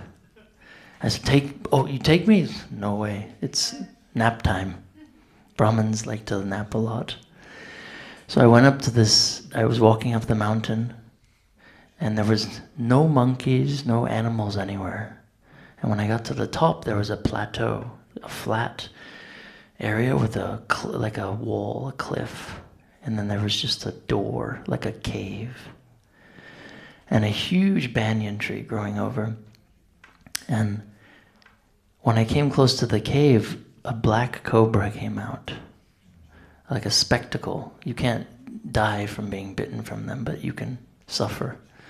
Big one, And he came at the doorway and he was like, "You're not coming in here." And then behind me I heard this dun dun dun dun dun. And I turned around, there was all these monkeys. They weren't there. So either they came from above the cliff, and they were really rowdy. I don't know if you've been to Vrindavan, these horrible, evil monkeys that should be exterminated, in my opinion. But they say they're whatever Dambasis, but I don't fall for that. So these monkeys were like that, but they were the langur monkeys, bigger. And they're huge. They can slap you. And they started getting really angry that I was there and coming at me. And then I was like, do I run into the monkeys or run into the tunnel with the snake? I was trying to weigh my options. And then I turned around and I saw the cobra was gone. And I said, okay, I'll do it. And the monkeys started charging and I kind of dove in the tunnel. And there was no cobra, and the monkeys became peaceful. They just sat there like, he's gone now. He's finished. And it was a long tunnel. I had to kind of crawl, and it got thin, and then I had a small flashlight, and then it opened up into a huge cavern. Maybe you have these types of things here, and in the caverns there's like I forget what they're called. Really, yeah, there's like a water pond. And then all of a sudden, I felt like I was being watched. And I looked on the wall and there was this like Lakshmi Narasimha relief idol on the wall. And then in the corner there was this huge relief of a gigantic white cobra. And I'm in there alone. And I was like shocked because I was searching everywhere for the cobra. But then here's this Swayambhu Lakshmi Narasimha on the cave wall. And I was in there for a while, and as the sun hit a particular part of the cave, and there was like a little hole, something in the top gave a little light. But at that time in the day, it became like a beam of light, and right on Lakshmi Narasimha's feet, like boo. And I was just awestruck, and I had an old video camera. I don't know if you remember, if you're from the 90s. The video cameras were like, now they're nothing. They're iPhones. But before, they had these big tapes. So I'm struggling, putting out the old tape, putting in a new tape, trying to catch this beam of light, which I did. And did my pujas and prayers, and then I started going out looking for this cobra everywhere. And I look out, there's no monkeys. So I'm like, okay, I'm going to take off. So I get out, and as soon as I get out of the cave, the monkeys start jumping back down. And they get really angry. So I'm like, oh, I should go back in the cave. And then I turn around, and the cobra's coming down the tunnel to the front. So he must have gone back to be with Narasimha. And then I'm like, so I just book it to the stairs.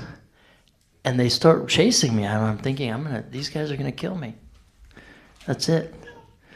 My last darshan. And then, right when I get to the stairs, they stop. And then they start picking the nits out and eating them like nothing happened. He's gone.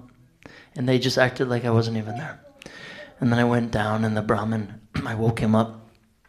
I said, and he was like, darshan? I said, huh? I said, but monkeys. And he was like, monkey? What are you talking about? I said, there's monkeys. No monkeys. And I was like, this dude's crazy.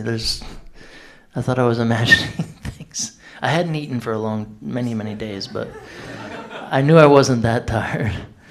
And that was a unique experience. So along the way, it was like that. Every single day was nonstop. And I was on these buses for hours, 10 hours, 15 hours. And so I was chanting, hundreds of rounds, or I got into this Nrsimha Kavacha. And it was just like this, because you're on a bus, what can you do? I mean, here it's beautiful, and the buses are calm and air-conditioned and heated. And yeah, that was not the case in India. There was chickens, goats, and people. So I would just chant on my Nrsimha Kavacha, and I had these lawnmower earmuffs. And a good friend of mine in Vrindavan would bring them, and he would do kirtan with these muffs on. So I begged him when I visited, can I borrow these? I was like, put it on, and it was like heaven. And then someone would come and hit me, and then Narsima, Narsima. The driver would tell me, here, go, go, go.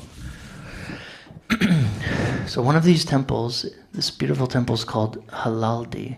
So I have to right click. How do you do that? There it is, pause. Okay, thank you so much. Halaldi is a special area in Karnataka, very hidden. Now when Varaha appeared on earth, or when he appeared to save the earth, he picked up Mother Earth with his tusks, so he pierced her in 2 places.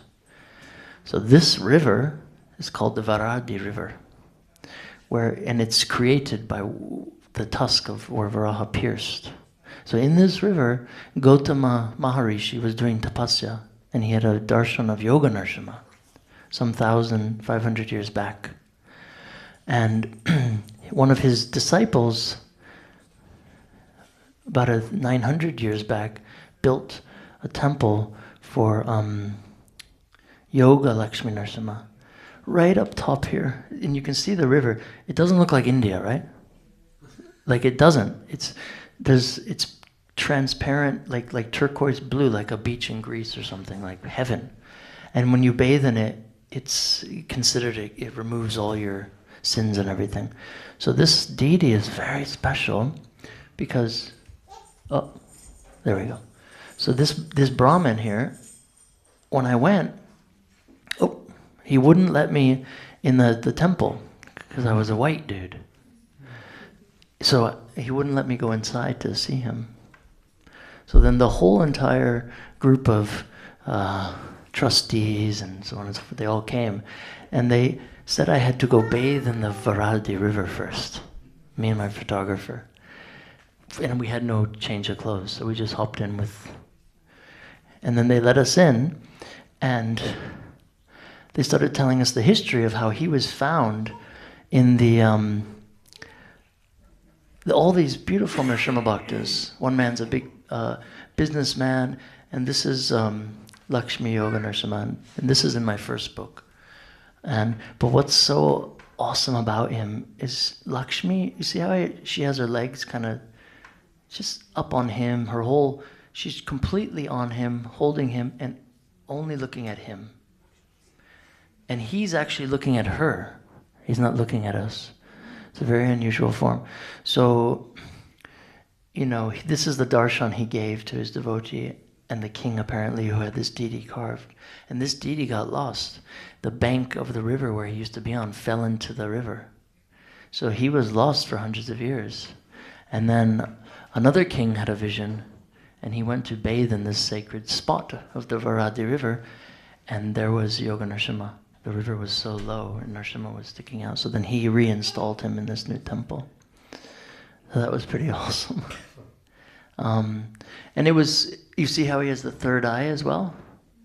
This is the Utsava they take out on procession. And let's see if this computer seems like it's having issues. And you see, she's looking at him, and he's actually looking at her. And he's smiling, and with the yoga pata and that band. Like I said yesterday, all the demigods reside there.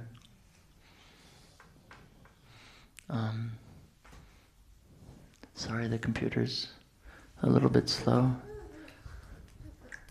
This is just some different perspective from my book, because I can show a lot more photos now. You see, then this was for the after the Abhishekam, then they offered the kumkum. One of my favorite deities. Gosh, I didn't realize I had this many photos, sorry. Oh, and this is another Utsava.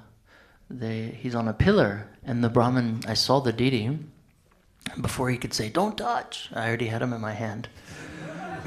And then, because he was kind of sitting at the side, I was like, why isn't he in there?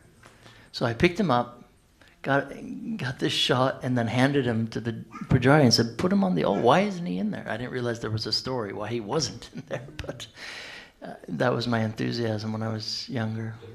And they built a whole new temple because the temple was completely dilapidated and destroyed. And so this is what I was driving at the time because I know how to, that was the first place I learned to drive was India. I was very young. So I drive like an Indian on drugs. Because I was, in India, it's who goes first gets. So if there's a truck coming and there's only 2 inches of room, the truck will stop because you've made it. So I did a lot of risks, and my photographer, he refused, his wife refused to let him come with me on the second book tour. She refused. I was like, you don't have kids, what's the big deal? Like, it doesn't matter if he dies. He's like, you don't have any family, she refused, cursed me and everything, because he came back with gray hairs, and he's Russian, and Russians, they like to follow the rules, and I don't. So I was driving, and every, druva, druva, and other words in Russian I didn't understand. And I wouldn't let his wife, he didn't have a phone, so she would call me, and I would, who's that? Some random number. Or I'd be like, hey, Rasa, everything's great, we're just going into a temple, he sends his love, bye. And it was funny. Oh, Holahaluhu is a really, I was trying to find this temple for about 12, 15 years.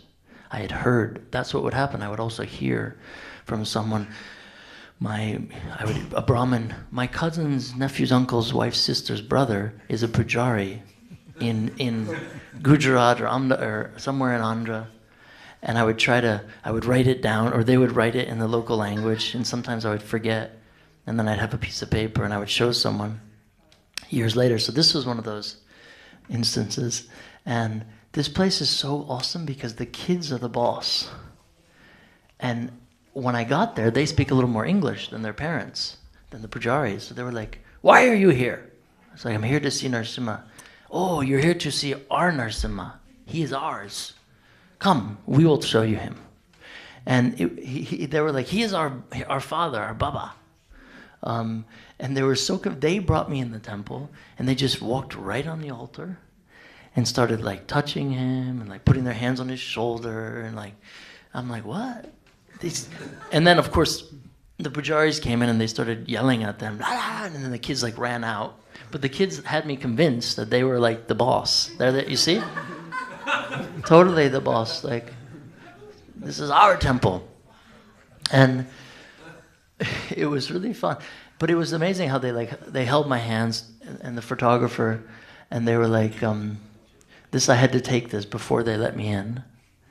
And really sweet. And they all Narasimha Bhaktas, totally convinced, that he's their protector. You see the bells? They took the bells and they're playing with them. And the temple was wide open. I was shocked. So this form of Lakshmi Narasimha, Sri Devi Bhudevi is there. And I can't stand when they dress them because you don't see the magnificence of the form. But it's unusual because Sri Devi and Bhudevi are there. It's very rare. Mother Earth, right? And Hare, what's going on? I didn't touch anything? Okay. Scary stuff. So, oh. I think the pictures are just such a high resolution. Yeah, true. Okay, stay. And I'll just click it and leave it. Yeah, so after, yeah, look at him. Yeah, he's far out, right? And see how she's kind of looking over towards him rather than, yeah. This is another nice one. A cave temple. Ugra Narasimha. Funny, they call him Sri Lakshmi Narasimha, and the deity's tearing Hiranyakashipu apart. So I was telling the Brahmin, really sweet guy, I said, what's up with this Lakshmi Narasimha business? He's Ugra, And when I got in there, it's a beautiful temple, and then you just see this hole on the side, and it goes extremely down into the earth. Sorry, I don't know what's going on, but try it one more time. Stay. Maybe I'll just let it go and talk as it's going. And you go deep down, like 20, 30 feet into the ground, and this is in Maharashtra.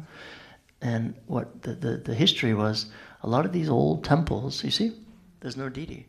And you go under the temple, and there's a temple underneath, with Ugra Narasimha. And they would hide the deities, because when the Muslims invaded, the first thing they did was smash the idols in temples. So look at him, so amazing, with his hands. This is the Brahmin. Selfie time. There's the deity in the back, you see? Oh. It's okay.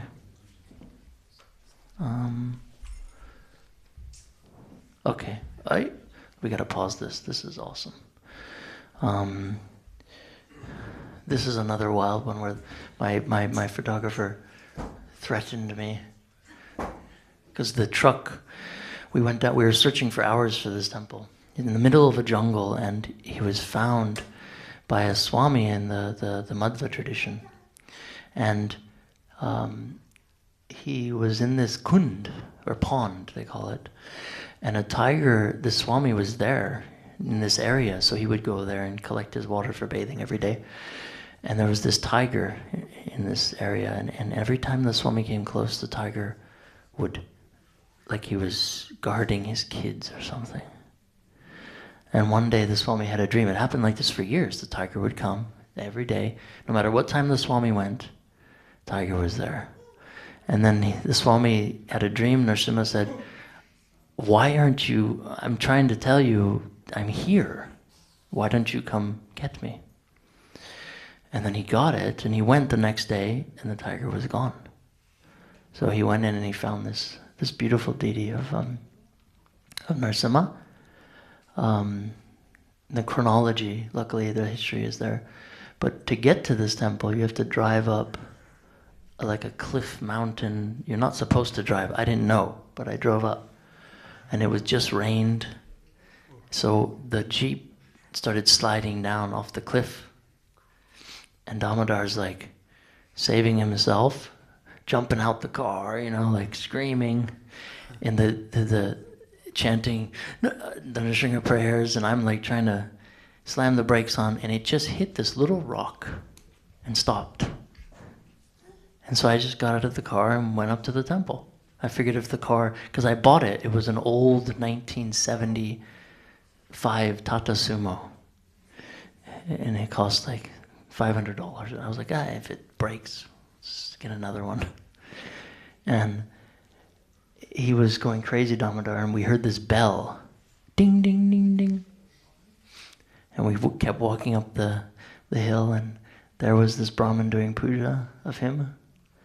And what's unusual is if you look at his chakra, it's not faced to the side, it's facing forward, like it's ready to be thrown, which is another aspect of Yoga Nrsimha, where, yes, he is in meditation, but he's always ready to protect his devotees. So, yeah, that was it. And then this Brahmin was so nice. He could see my photographer was frazzled, so he gave prasad, and he invited us to his house. Some of the best mini idlis, they call them, in dosas, these little tiny idlis like this big. And then he said, "Do you want to see any other Nrsimha temples?" And I was like, "Of course." And Damodar wanted to go back home. So I said, "Well, you can catch a bus back to here, there, and then get back to there, and then catch a flight home, but I'm going with this guy." And then he gave in, of course. This is the Utsava of that deity. And this Brahmin was very special, actually. He was extremely kind.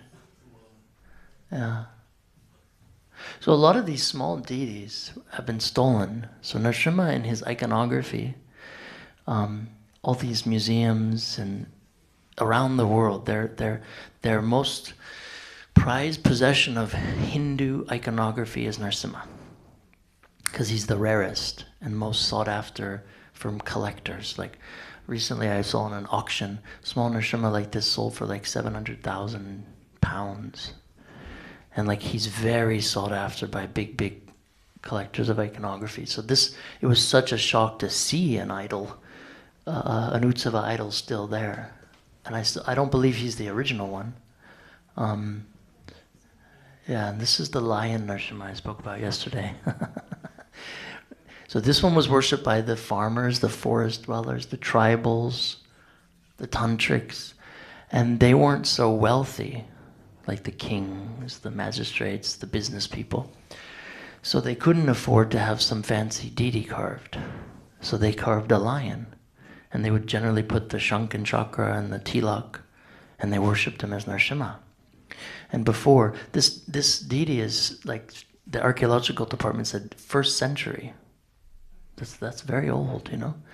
And he's still sitting in there in the jungle, and how I found him was I was driving around looking for another temple of Chintamani Nrsimha, and I saw this dude on a motorcycle. And I could tell he probably spoke English. He looked like a mafia guy. Rings, big gold chains, you know? So I knew he would know what's up. So I pulled up. I said, "Hey, you speak English?" He's like, "Of course. I'm in the middle of nowhere in the jungle. Of course I speak English." So I was like, "Oh, amazing. I need your help." He said, "What's going on?" I said, "I'm searching for Nrsimha." This guy was a Muslim. A lot of Muslims helped me, actually, because they speak Hindi, so they could understand me when I spoke Hindi, and I was white, so they could take me to these temples because they had an excuse. I'm bringing him because he's a white guy, he needs help. So there was no rivalry between the Hindus and them. So he goes, "Oh, yeah, Nrsimha, I know some places." I said, "Well, I'm looking for this one, Chintamani." He's like, "But do you know about the lion, Nrsimha?" And I was just shocked that he was a Muslim and he knew about Nrsimha and he knew about a lion Nrsimha. He said, "You want me to take you there?" He said, "It's a little bit dangerous drive." And Damodar's hitting me, "No, Dhruva, no. Tomorrow, it's getting late. No." And no. Me and this guy were, already going. He's like, "Just follow me." And he took off on his bike and we're following him. And we get to we're going down these crazy roads and he stops. And he's like, "In there." And Damodar's like, Dhruva, what if he's gonna kill us?" I said, "For what? A camera?" I said, "The guy has more gold than like the whole village put together on his neck." And so he just starts walking in the jungle, and I jump out of the Jeep and ignore Damodar and we just start going in. And right when I got into the jungle, I felt this presence like, "Hey, where have you been?" Like your dad. Like, I don't know, some of you, if you've ever snuck out when you were a teenager to meet a guy or a girl or go to a party you shouldn't go. So you come back home and mom or dad's sitting on the sofa and they turn the light on. It's this feeling of like, but you know they're your parents and they love you, but you're in trouble. Same feeling, because Nrsimha's our father. He's also a divine father. So I felt like that. Oh my God, what am I doing wrong? What have I?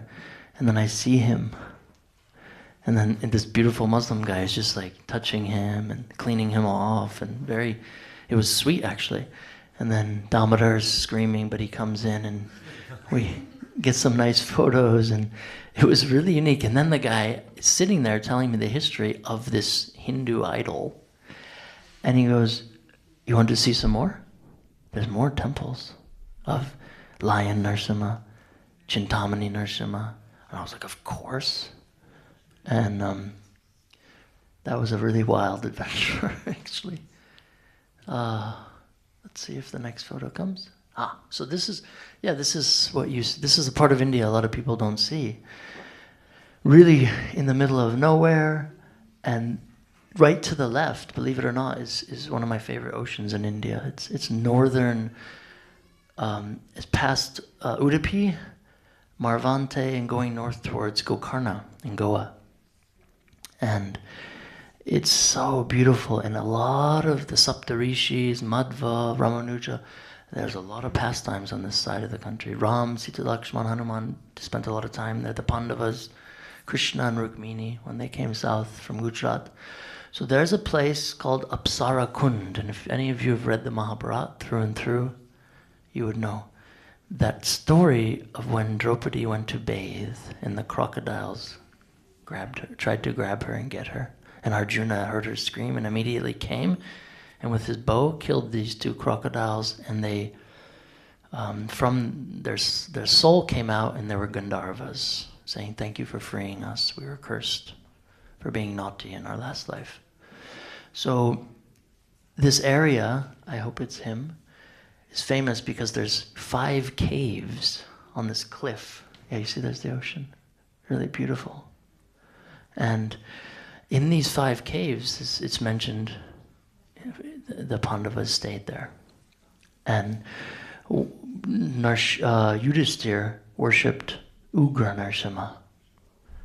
And this form here, they say Yudhisthira worshipped this small form. See on the bottom? This was excavated by Madhvacharya himself. He dug this out of the ground and established this spot as the sacred Apsara Kund.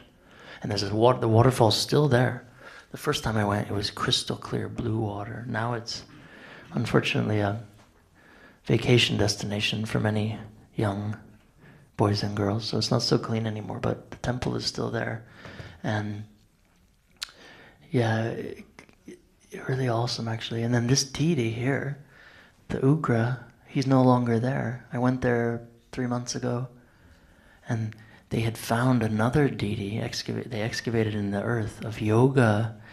It's a Yoga Narasimha yantra.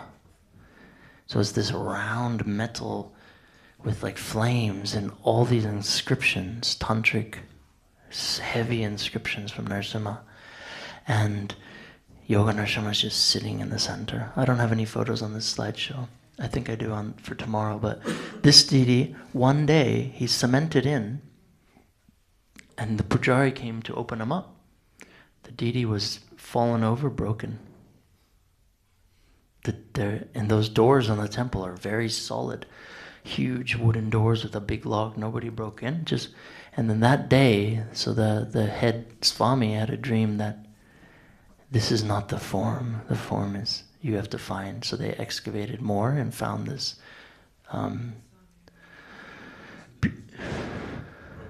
Just fell over and broke, and they put him in the river. Because that's traditionally what you do. If an idol is broken, you bury him or you put in the river. You know, me, I collect those because it shows the chronology of Nrsimha worship, and I found a few in rivers and like wild stuff. This one is nice. You see this figure here on the left, with the big head and ears? So this is a yaksha, and yakshas are they're called the observers. There's yakshas and yakshinis. Yakshinis destroy, cut, kill, abuse. They move in this subtle realm. Yakshas, they will kind of bless you with a gift. You know, some people, maybe they win the lottery or something happens. Like they get a blessing, they believe, from a yaksha. But then yakshas also like to give, and they like to take back. So this area is famous because these 2 yakshas were causing devastation in the villages, surrounding villages, and they prayed for protection from Narasimha. So Narasimha came and set them straight, and they became some of his greatest devotees, and they became almost the Dwarparas, like Jaya Vijaya, of entering into where his temple is. So you have to go and first ask for their permission before you can go see Halasi Yoga Narasimha. And the temple in the back is his temple. And we showed up at like 10:30, 11 o'clock at night. And this area is famous because there's crazy leopards and elephants, wild elephants. And in India, they kill people all the time. I woke up the whole village, and we had darshan at like 11:30 at night. They came with torches. And we went into the temple and like did a puja. It was one of the most... There's the 2 Brahmins. Unfortunately, they passed away during COVID. But he's just magnificent. So we ended up staying in the house of a man who is he was the, oops, I'll go slow now. He was one of the main archaeologists in India. Famous guy, doctor, PhD professor, in the middle of nowhere in this village of Halasi. Spoke perfect English, knew like 15 languages, and his kid he spoke English. Like when I was there, I was telling Damodar, oh, Dama, these people don't know any English. Where are we going to stay? Probably has to sleep in the Jeep again. And this kid goes, you can stay with us. I was like, who said that? He's like, over here. I was like, you speak like, oh my, what? You speak perfect English. He's like, yeah, my dad's a professor. And he brought us to his dad, and his dad's, many of his theses he wrote were on Narasimha, the tribal aspects of Narasimha. This is really annoying. But I picked his brain all night until Damodar was sleeping in a room, right? On this cot bed. Until I thought it was like someone was murdering a woman or something. He starts screaming, ah! Runs out, doors flying past me, I said, what the hell is going on? There's something under the bed. So I went in the room, put my flashlight, and this isn't the DD. So there was a gigantic king cobra, at least 15, 16 feet long, under the bed, coiled up. And Gopal's father comes, he goes, oh, that's where he went. He was in the bathroom this morning. We were wondering where he was. I was like, you should have told me. Damodar hates snakes. Like, he's scared to death of snakes. Some people have that phobia, Me, I grew up in Florida, so you pick them up and you just throw them out of the way. And like, and I thought that was the end. So Damodar ended up sleeping with the whole family in the front room. And I went to sleep. We got the cobra out, he left. And once I started to fall asleep, the whole floor started shaking. The windows were smashing back and forth. Damodar again comes running in my room on the bed. Dhruva! It was the wild elephants. They came and they were crashing through, eating the banana trees and ripping things out, Wild. And apparently it was mating season, so they're even more crazy. So, hey, Baladev, hey, what's up? Jai Narasimha. Good to see you. And so we didn't sleep. And then the next morning we went and had darshan again, and then we left. And because of that amazing man, Gopal's father, I had I found so many temples, even this last time.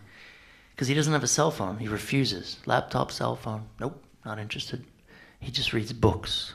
And I went back to give him a gift for the first book, and he said, I've been waiting for you for years. I have so many temples to show you. And I was like, are you serious? Let's go.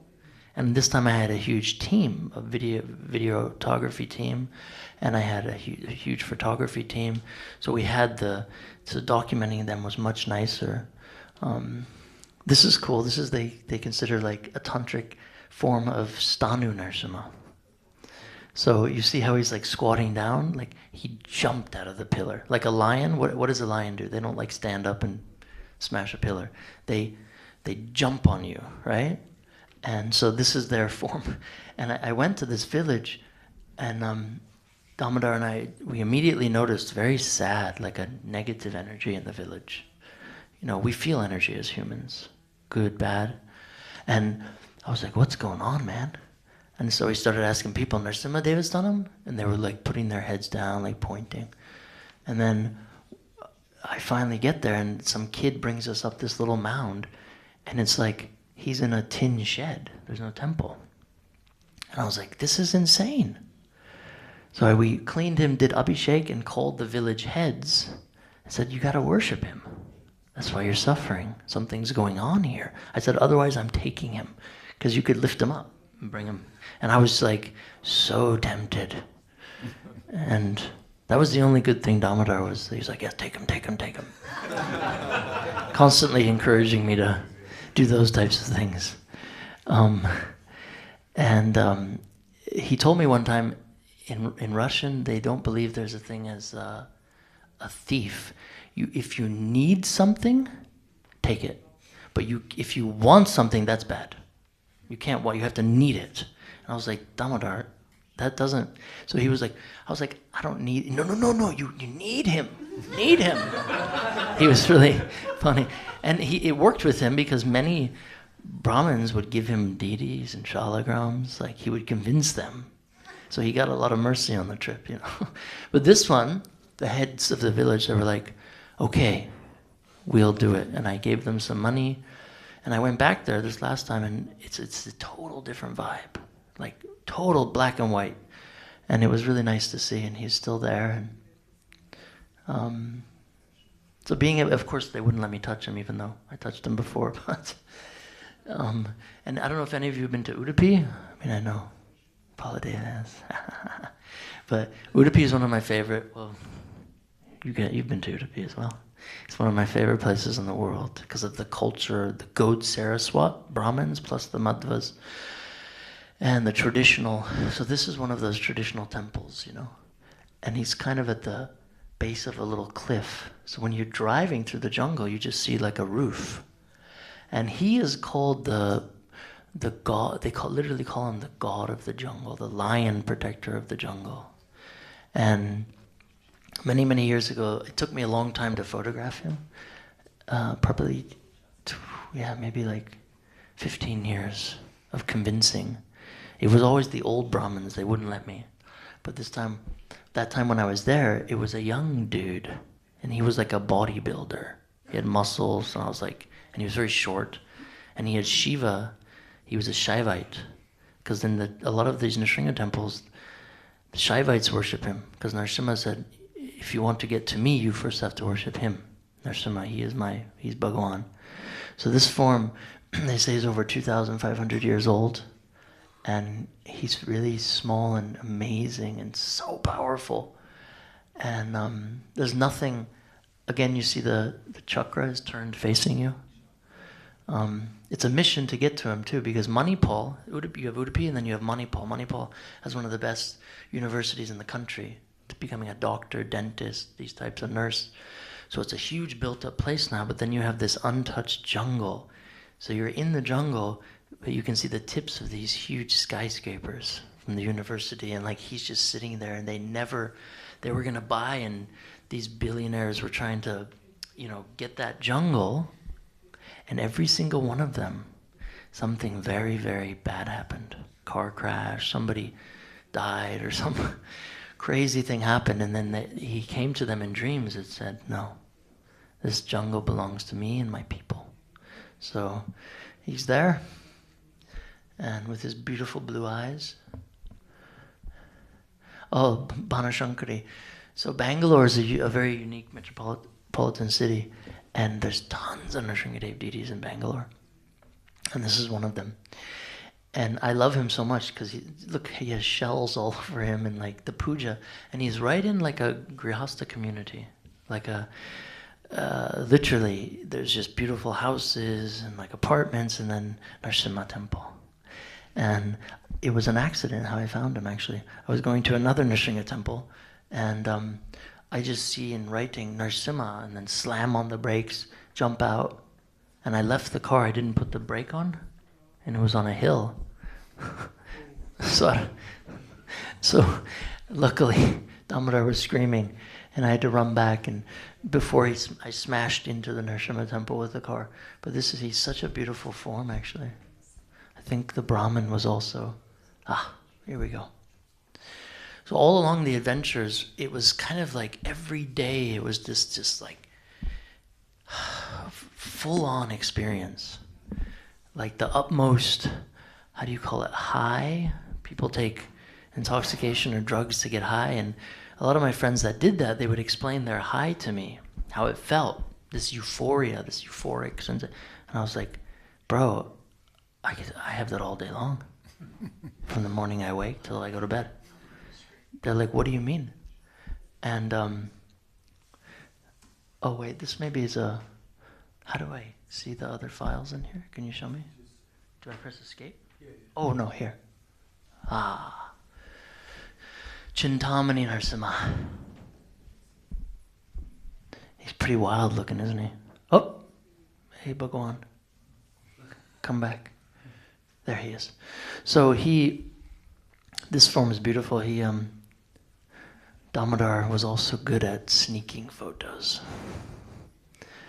And I would distract the Brahmins. That was my job. At first it was hard for him. I was like, listen, Damo, some of these temples, they're going to say no. He said, well, that's okay. I said, no. No doesn't mean no when it comes to this stuff. I'll distract them, you take the photos.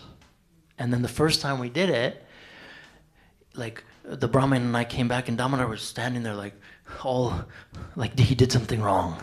I was like, you gotta not act like you did something wrong, okay? You took the photos, good job. So this was one of them. The Brahmin was like, absolutely no photos. Don't even think about it. And I was like, but tell me the history. Do you have like a tablet somewhere? He's like, oh, in the back. Please show me. Damodar's, I could hear it, click, click, click, click. And I was like, hurry up. One temple, there was a deity that was broken. It's called Shalagram, in a place in Karnataka where Ramanuja spent a lot of time. The old deity broke, and the new deity was installed, but they kept the old deity. The old deity is thousands of years old. And he was dressed. I told Damodar, I said, undress him, take a photo. I said, put the dress back exactly as it is. So I knew the Brahmin since he was a kid, right? I knew his father and father's father, 3 generations, and they all passed away. And so he was excited to see me. So it was a perfect opportunity for Damodar to. So the Brahmin and I go in the temple, and he's showing me the new deity and like all the kavachas. Damodar's out there, and then I said, well, let's go do puja of the old deity first. And we go out there, and Damodar's sitting there. It was completely wrong. Totally wrong, the way he put it back on. And he was standing there like he had, like a child who got caught. And the Brahmin looks at him, looks at Narasimha, looks at him again, looks at me, and he just started shaking his head. And he's like, oh, God.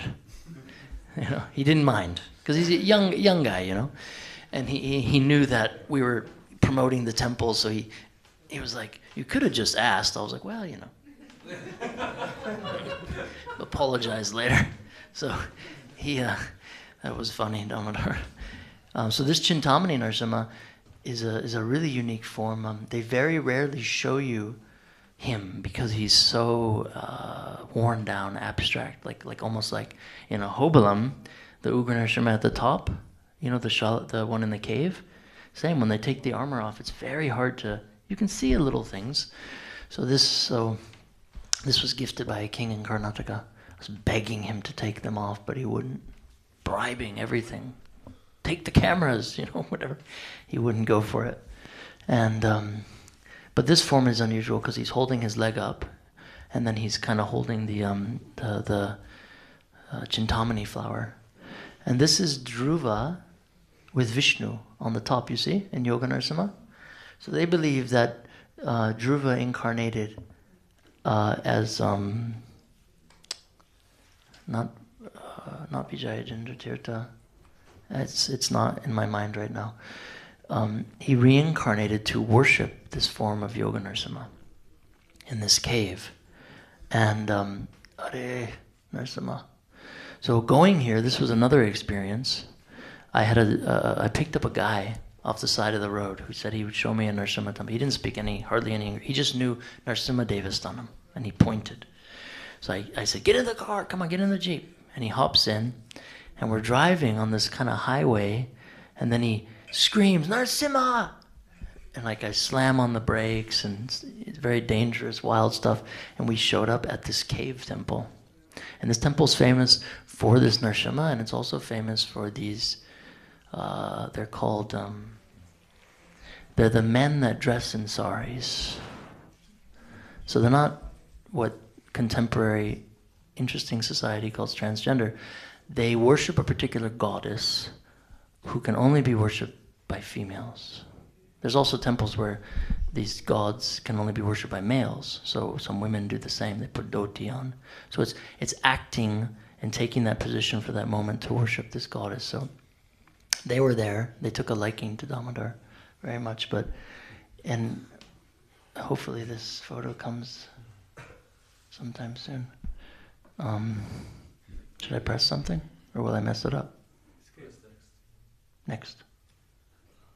Come on. Well, anyways, he'll appear when he wants. So along, one place was, we ended up going Tirthamatur, and we showed up at 10 at night, pitch black, and right when we arrived at the front entrance of the temple, all the electricity in the village went out, pitch black. And then this little girl showed up. She came out of the house with a lamp, and she said, "How can I help you?" Little girl, Jyoti, her name was. And she goes, I said, "We're here to see Narasimha." She said, "I was just going for my darshan, special night, late night darshan. They light 1,008 deepas." It's okay, we'll leave it here. Thank you so much. Well, thank you. Are, here we go. Come on. So, okay. Pause it, stay. Thank you very much. So I'll finish with Tirthamatur. So she comes out, Jyoti, very tiny. I said, "What are you doing here?" She said, "I'm here to see God. What are you doing here?" I was like, "Calm down. I'm here to see Narasimha." She said, "Okay, I'll take you." She had one of those kerosene lamps, like the old school. And she's walking me in Damodar, and along the way we noticed there's all these idols on the ground. Ancient wooden stone idols just lying like in rubble. And we get to this temple, and there's this chant, Ugram Viramam Vishnam going on, and all these lamps. And the temple is 2,000 plus years old, but they surrounded it with a new temple to guard it from thieves. And then we go in there, and I see him, this Yoga Narasimha, and it like blew my mind. And all these old people of the village and the young coming to offer prayers and a lamp. And then there was another section across from him that had tens and thousands of Shilas and hundreds of Nrsimha deities that were gifted to the temple by people who passed away. That's the tradition. And Damodar decided he needed one. So he was like, "Go distract them." I said, "No way, buddy. Absolutely not." I said, "Just ask them. Trust me, ask them." So we asked Jyoti, and it just so happened that Jyoti's dad was one of the main priests. And I was telling her about the book, and she was I think she was studying philosophy or something in Bangalore. Smart girl. I said, "Look, Damodar, he needs Narasimha. Is there some way we can, something?" And they gave him a deity, little Lakshmi Narasimha, very old deity of Lakshmi, and a couple of shalagrams. And they said, "Why don't you stay in the temple guest house?" I said, "Okay." So we walked to the temple guest house, and it was all open. It was just outside and with a roof, 4 pillars, and like a couple of straw beds. And then her father and the other Brahmins start coming with sticks, hitting the floor and hitting the sides of the pillars. They're like, "What are they doing?" And Damodar, "Oh, they must be warding off any evil spirits." I knew they weren't. And Jyoti said, "Oh, there was a big, huge cobra here this morning on the bed. And they're just trying to see if he's still here." And by that time, Damodar was already back in the car. He was like, "Phoop, I'm out of here."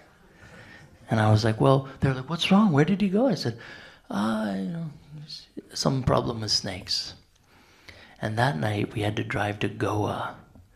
Oh, that's another story. But anyways, this temple is awesome because I was searching for this temple all day. And I couldn't find this temple. I heard about it. We ended up going to 2 villages which had the same name, same spelling within a 100-kilometer circumference. But it was like mountainous terrain. So finally one guy around 10 o'clock at night says, "Oh yeah, Nrsimha's up there on that hill." I was like, yeah. I was so happy. I think that day Damodar had like a Sprite, 7-Up and some bananas. So So he was really, me, I could go for days, weeks without food. And we start driving up this mountain and there's not a soul. And it's a zigzag road. And we get to the top. And immediately I feel this presence. I just interrupted something, a ceremony. Something sacred's happening here. Damodar didn't like it. And I could see clearly all the doors in the temple were wide open and all the lights were on. But there wasn't a soul. And I opened the door. There was a flat parking area. And Damodar said, I'm not coming, Dhruva. This doesn't feel good. I said, okay. And when I opened the door was slammed shut. And then I had this idea that there's a procession, come to the procession. I heard these bells and stuff going on. I thought maybe it's in the back of the temple, I'll just go check it out. And I went to the front of the temple and it was Bhairavi, very, very dangerous, Kali, Durga, Shiva, and Yagya Parush. And Agni, all in these heavy, heavy, terrifying forms. There was no Nrsimha. So I went inside, nobody's there. I offered my obeisances, but still I could feel like there was a festival happening. And I went out and did circumambulation of the temple, and behind the temple, on this ledge was this gigantic python. In this area of India, there's a lot of pythons. Huge, 15 foot plus. And his head was just sleeping, and I was like, whoa! I had my little flashlight, and he just kind of put his head over and looked at me and just went back. So I was like, okay, no, I better make sure Damodar's still in the car. So I went back around, and he was already out of the temple. He was already out of the car coming. He's like, Drew, we gotta go. So we rushed back in the car, took off, went down the hill, and as we got down the hill, there was thousands of people cooking a feast, celebrating. And then we started driving, and I was really bummed. By then it's like 11:30, 12 at night. Like, I didn't see Nrsimha today. This is like really bad. And we're driving through this village. Everybody's totally asleep. The only lights that are on is this one here and this temple light, and then this gigantic banyan tree. And I'm driving, and Damodar's already falling asleep, practically asleep, and I'm driving, and I see Nrsimha at the top. You see Ugra Nrsimha? And I said, Nrsimha! I slammed on the brakes, and I just ran to the temple, and it was wide open. And yeah, let's see, hopefully, Jai Nrsimha. This very tribal form that was found, okay, whew, that's the top of the temple, yeah. Pretty ferocious looking. There was all these people sleeping under the trees, because it was kind of cool, starting to cool down, And then I woke them all up. A big crowd came. And I said, where's the pujari? Pujari was eating dinner at midnight. I said, I went right to his house. He's like literally eating. And I said, Swami, darshan. Darshan, Swami. And he was like, first, I said, no, please. I manipulated the poor guy out of his dinner. And at midnight, I have you, and he brought us in to have darshan of this wild Ugra Nrsimha. Look at Hiranyakashipu, he's looking at us. See that? He's smiling. He's on the left. You see? Yeah. See him? He's there like looking at you.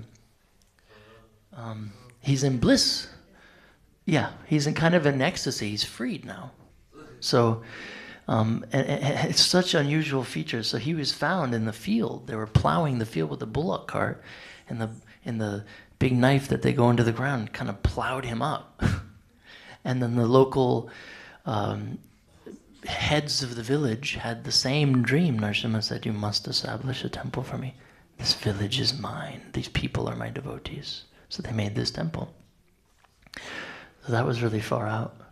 Yeah, you see him, how he's looking? And you see the bottom one of Nrsingadev's hands, or see the nails? Those are like nails. That's wild. They're holding him up as he's tearing him. So that was far out. That was a good night. And this is a very very special temple that they wouldn't allow me to take photos because there's a very in iconography in the Jai Shri Panchatattva Shri Nrsimha Bhagavan Ki Jai in the Vaikanasa Agamas or the Shilpa Shastras, there's a form of Bhagavan you can make out of bones, out of hair, out of actually it's not prescribed anymore. It's very difficult to do. But this temple, yeah, he's made out of like human skin, bones. It's an extremely rare tantric Lakshmi Narasimha temple, so they wouldn't let me take photos beyond that arch. Or maybe I have one. I snuck one or two. They're literally in the middle of nowhere, but some of you might remember this from my book, Gulante Yoga Narasimha. He was found in the jungle. That Swami a couple hundred years back was going to bathe in one of the many, and he heard this roar, like a lion was really upset. And all his disciples took off. Swami, Swami. And he stayed with a couple of his, he said, I'm going to go seek this out. And he ended up going up to this little mountain cave, and he walked in and he walked out with his deity. And that Brahmin is still there, and he has two daughters. I knew them when they were really young. They're also big Narasimha, addicted to Narasimha.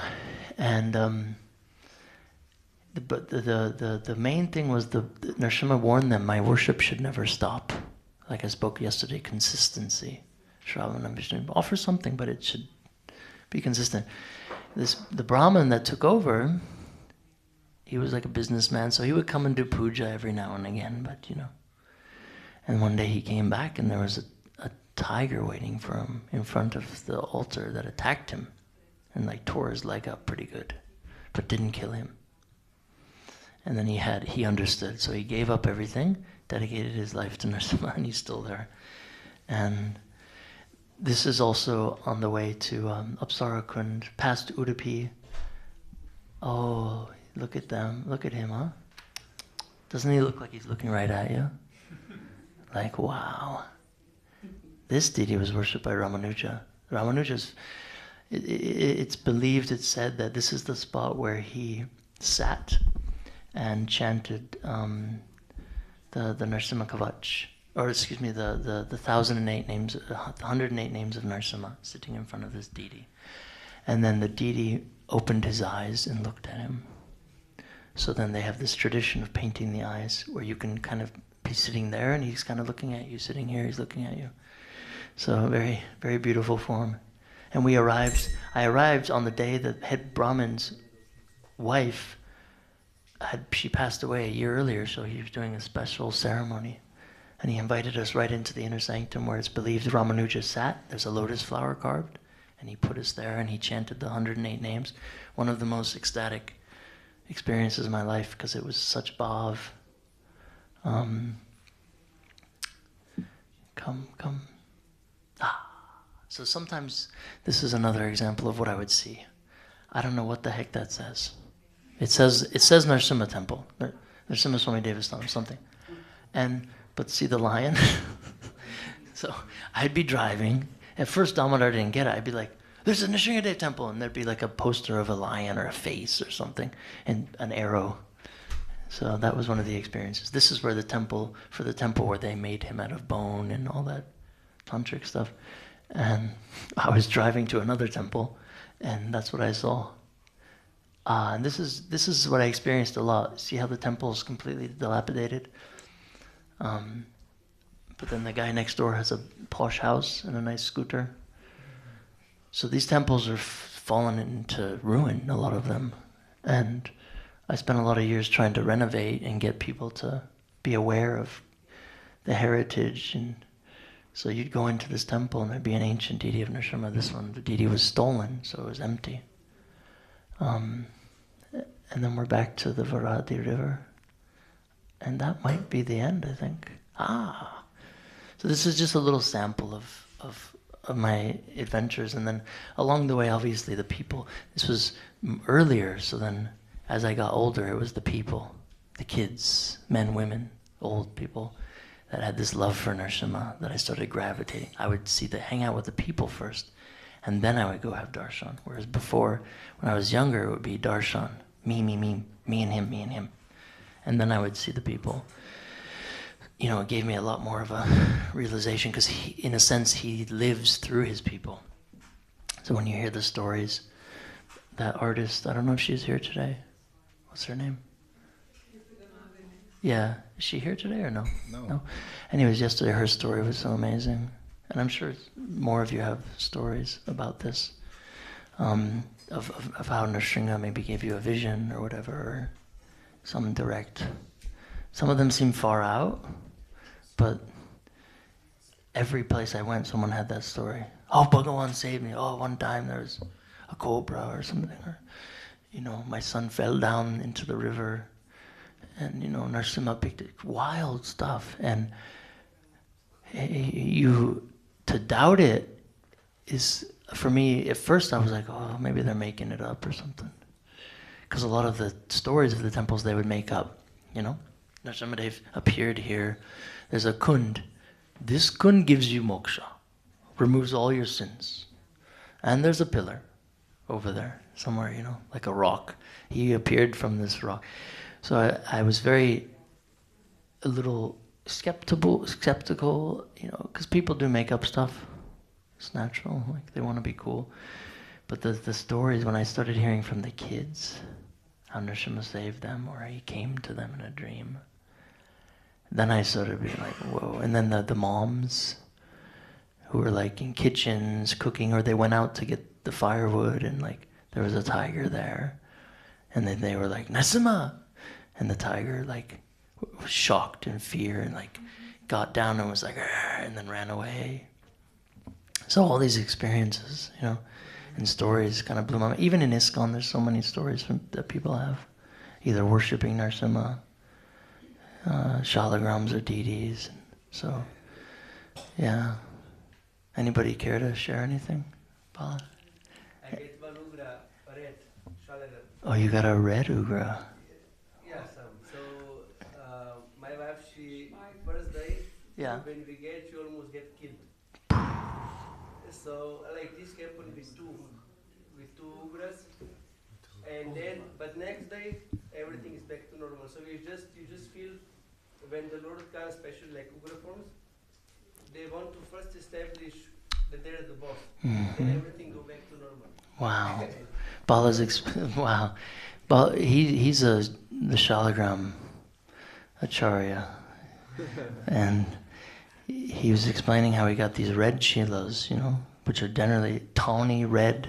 This color is not, how do you say, grihastas should mostly avoid these. Like he said, his wife was almost killed. No, but see, when you feel more, it's different. Yeah. Like you were telling yesterday. You were telling yesterday. I don't know how to do. Okay, you were telling yesterday about worshipping Ugra Shilas. So basically, the main problem is if you have one, and if you put it like pradhan.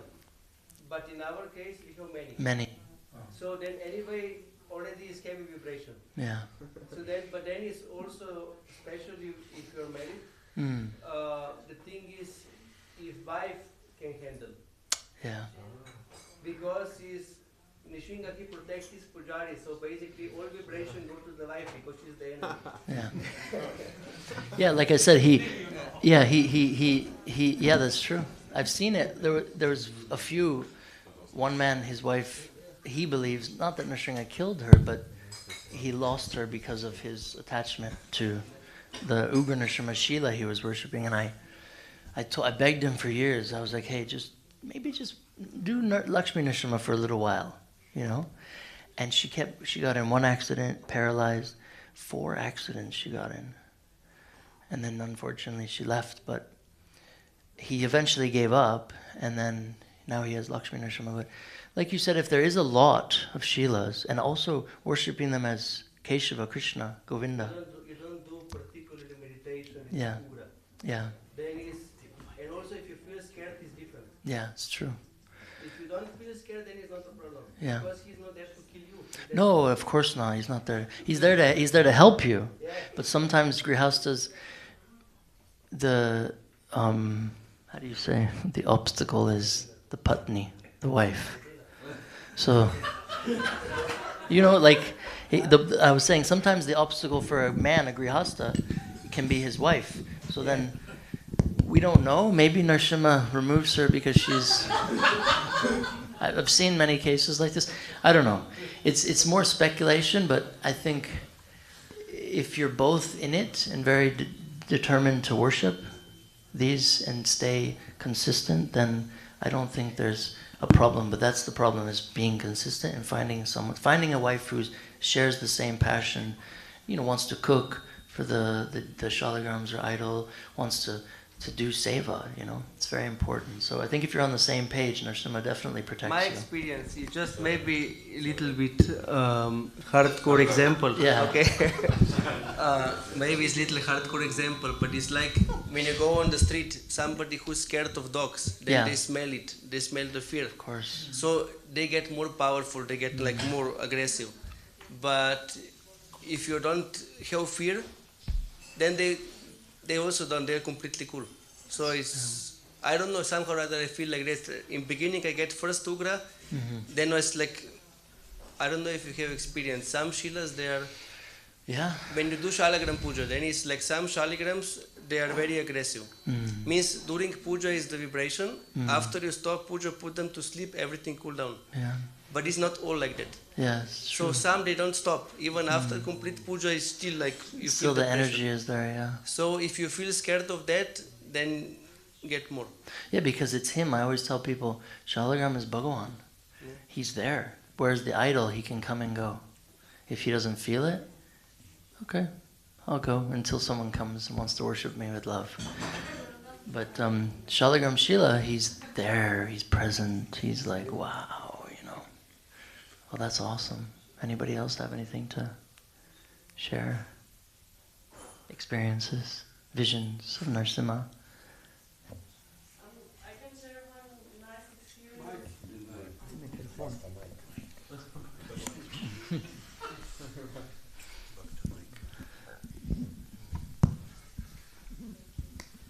I was thinking about it when we had Yagya.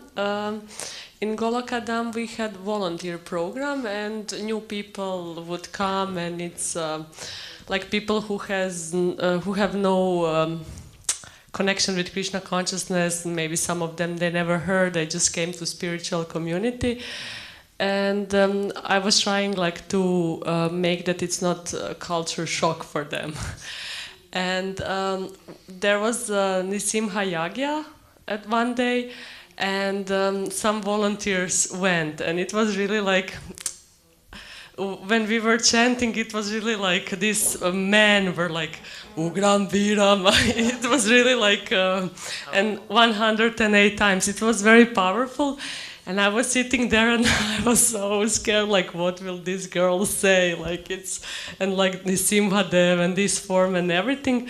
And then later I went to one girl, and she's really like blonde hair and very artistic and very gentle. And I asked her like, so how was this program for you? And she said, it was so amazing. When it will be next time? And she went to the pujaris and like asking questions. So it was like so amazing how people can react. Yeah, that form of him. My friend Jayananda, he has this rock band called the Cro-Mags. Well, it's not rock, it's like death metal or something, you know, crazy stuff. So his logo was Narasimha, that Ugra Narasimha.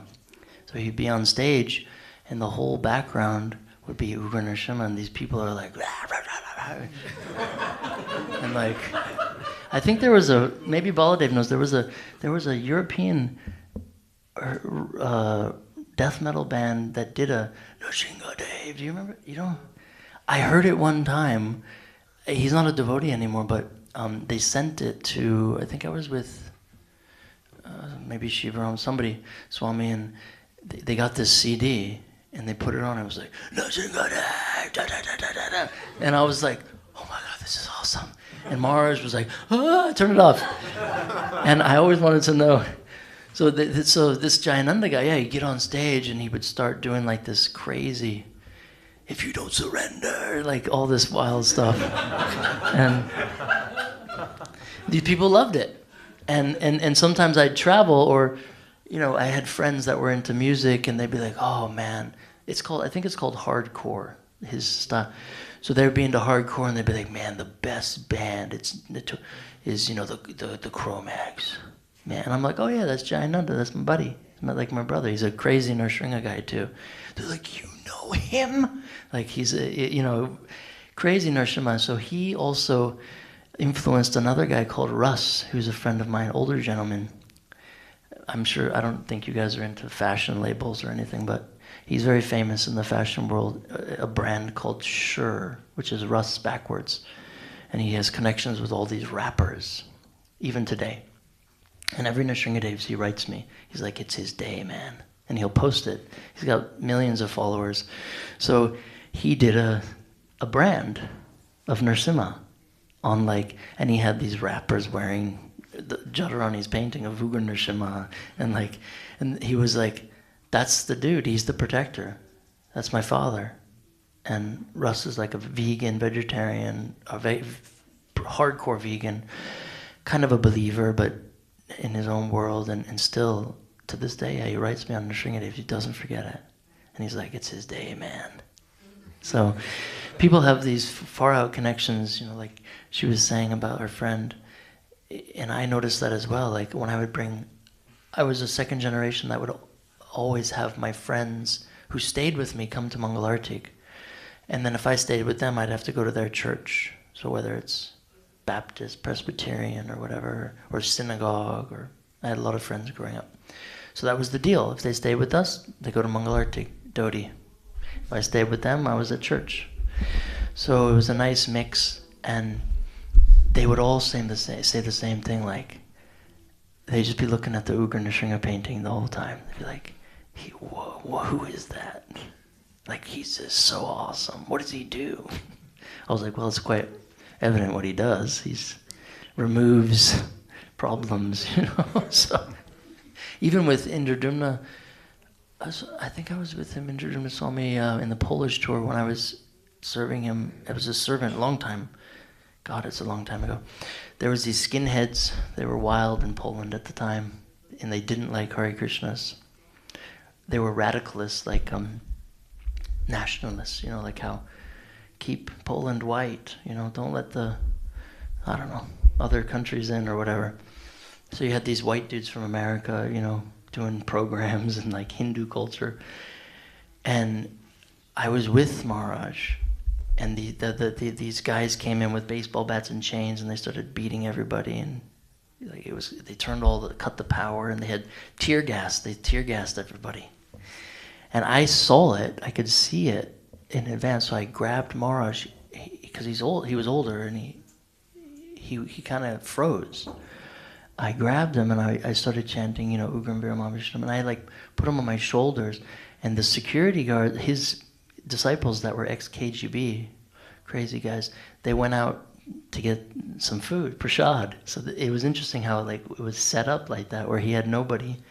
I was there, and then we carried him, and I was like shaking him, Maharaj, Nrsimha Dev, and he like snapped out of it. And then he wanted to go back in and like fight. He was like 60 years old or something. I was like, are you crazy? And then Rakshana, these wild guys, went in there and took care of them. But they were all, while they were fighting with them, they were like chanting the Nrsimha prayer. I could hear it. They were like, Nrsimha Dev, and like fists fighting. It was a very interesting experience. But, and then there was a guy, a mafia guy in Poland. I was with Maharaj behind, he was changing behind the stage, and this big mafia guy, fat dude, came with like 5 guys, big guys. And he spoke English. He said, you the leader? I said, yo, what's up? Hey, what's going on, man? He said, I'm not here for you, I'm here for him. And I was like, oh boy, where's Rakshana? Where's Vaikuntha when we need them?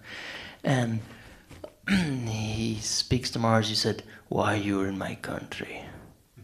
You must leave. Because apparently one of his daughters was dating a devotee who was a brahmachari who shouldn't have been dating a woman, and she was converting to Hare Krishna, and he didn't like that.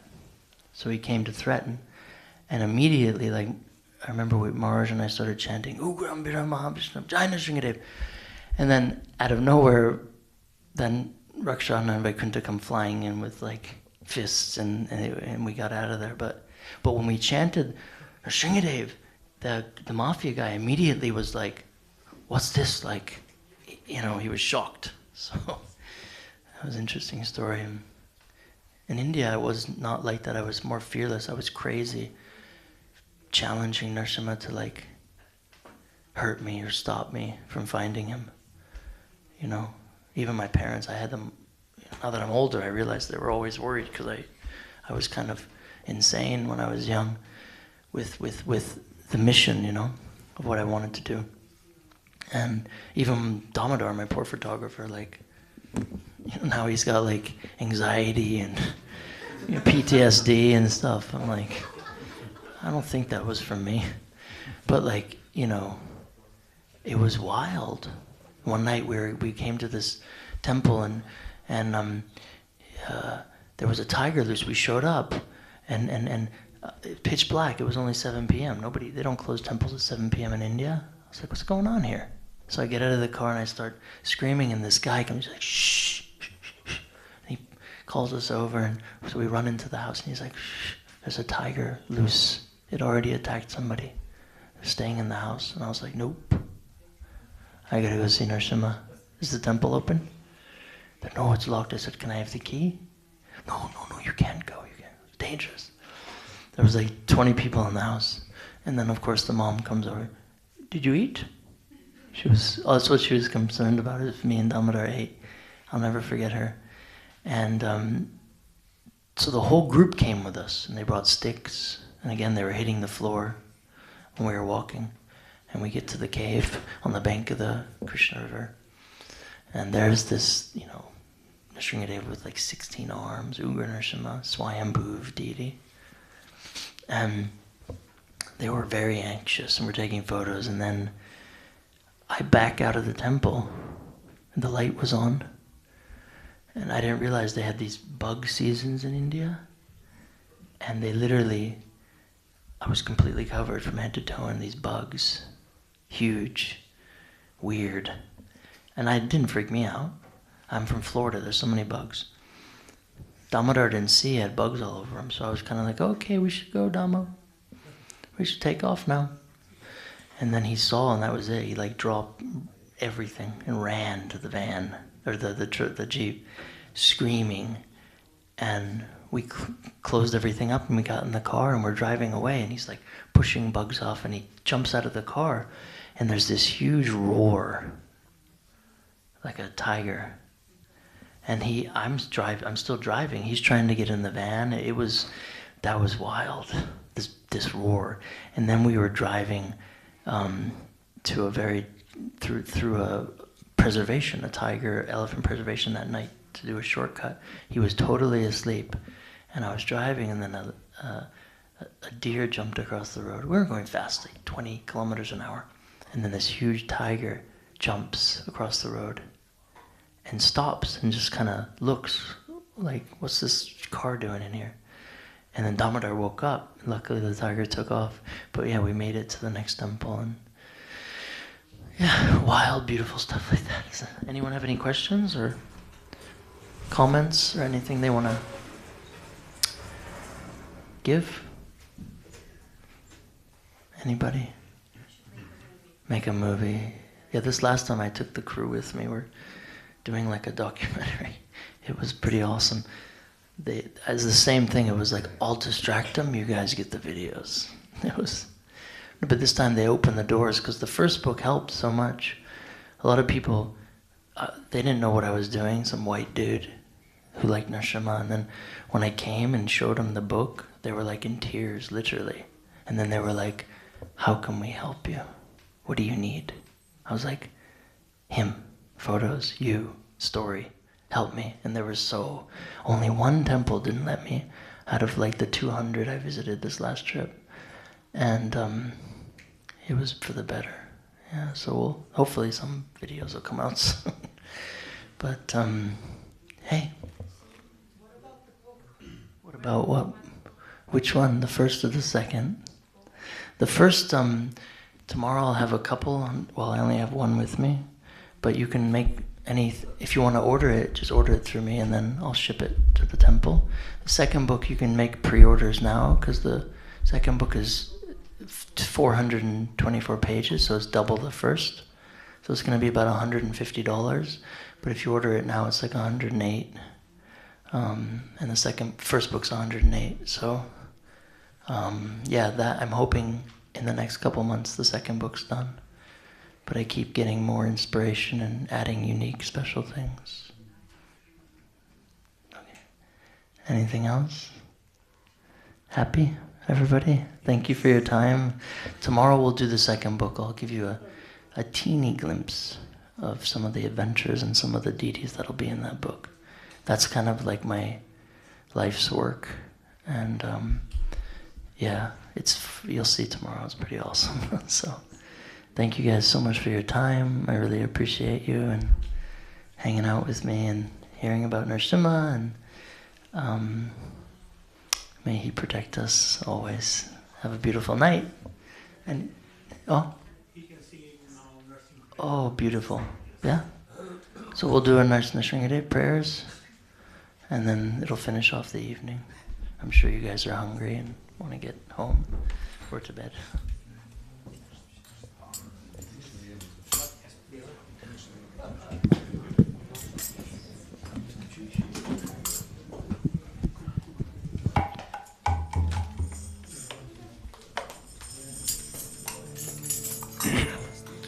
Namaste Narasimhaya. Namaste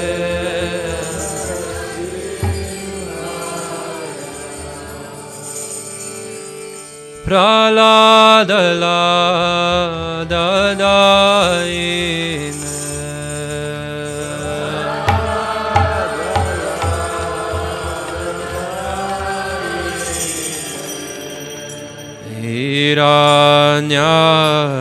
Hiranyakashi Purvaksha Hiranyakashi Purvaksha Shrilatanka Nakalaye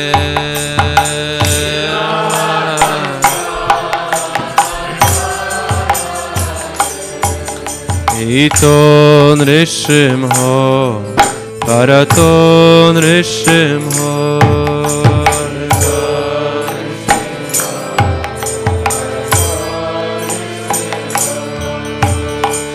Yato Yato Yamitato Nrsimha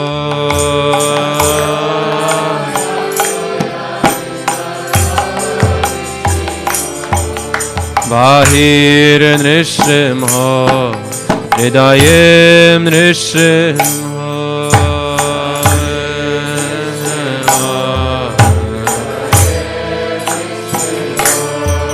Narasimha Vadim Sharanam Prapadye Narasimha Vadim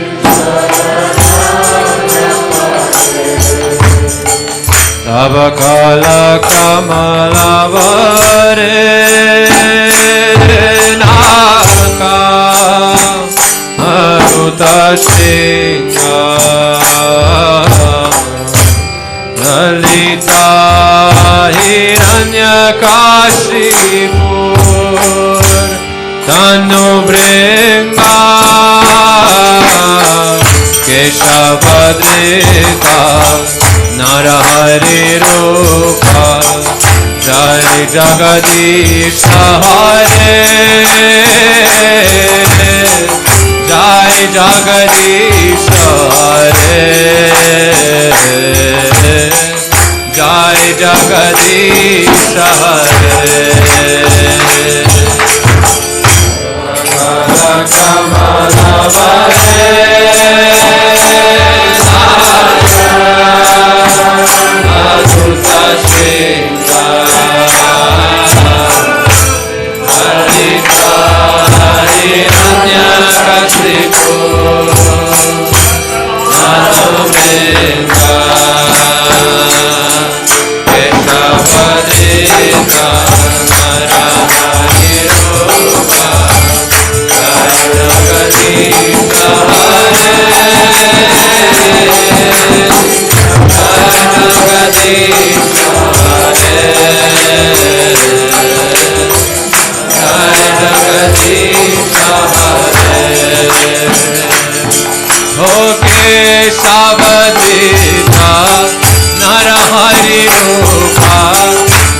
Jagadisha Hare, Jai Jagadisha Hare. Jaine Singha, Jaine Singha, Jaya Jaine Singha De, Praladesha Jaya Padma Mukha Padma Venga.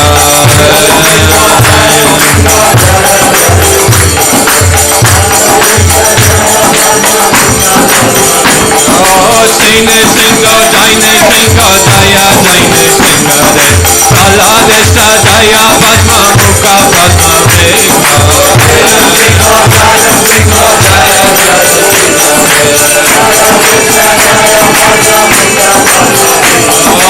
Jaine Singha, Jaine Singha, Jaya Jaine Singha De, Praladesha Jaya Padma Mukha Padma Venga.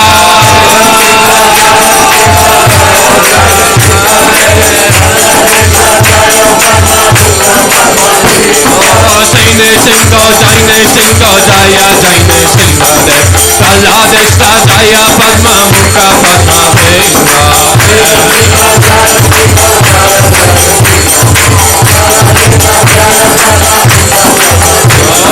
Jaine Singha, Jaine Singha, Jaya Jaine Singha De, Praladesha Jaya Padma Mukha Padma Venga.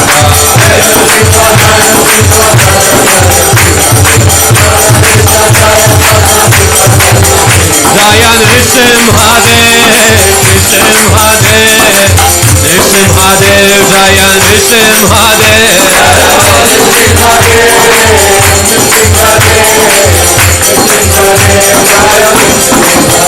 Jaya Lakshmi Nrisimha, Lakshmi Nrisimha, Lakshmi Nrisimha, Jaya Lakshmi Nrisimha.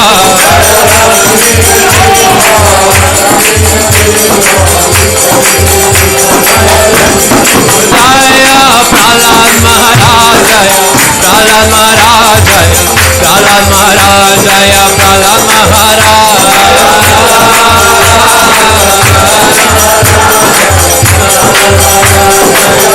Nitai Gora Hari Bol, Hari Bol, Hari Bol, Nitai Gora Hari Bol, Nitai Gora Hari Bol, Hari Bol.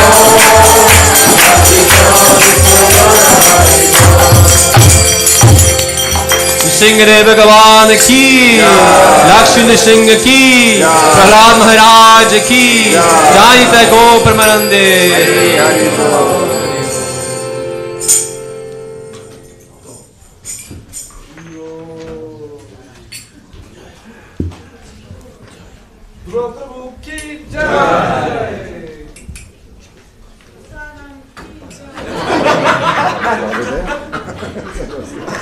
Nogice hrbet.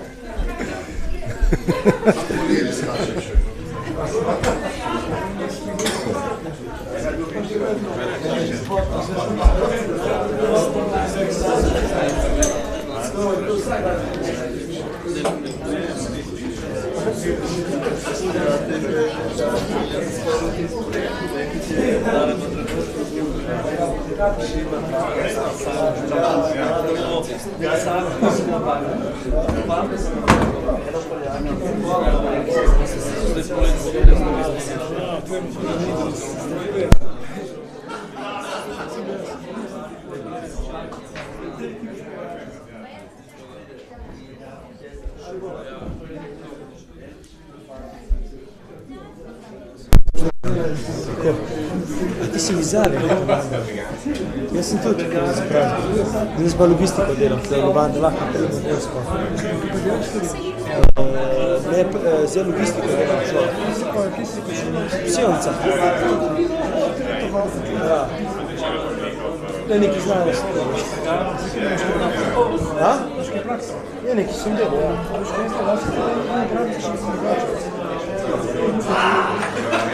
Zdaj sem kje bolj počasi, znajde. Imam nekaj novega zdaj.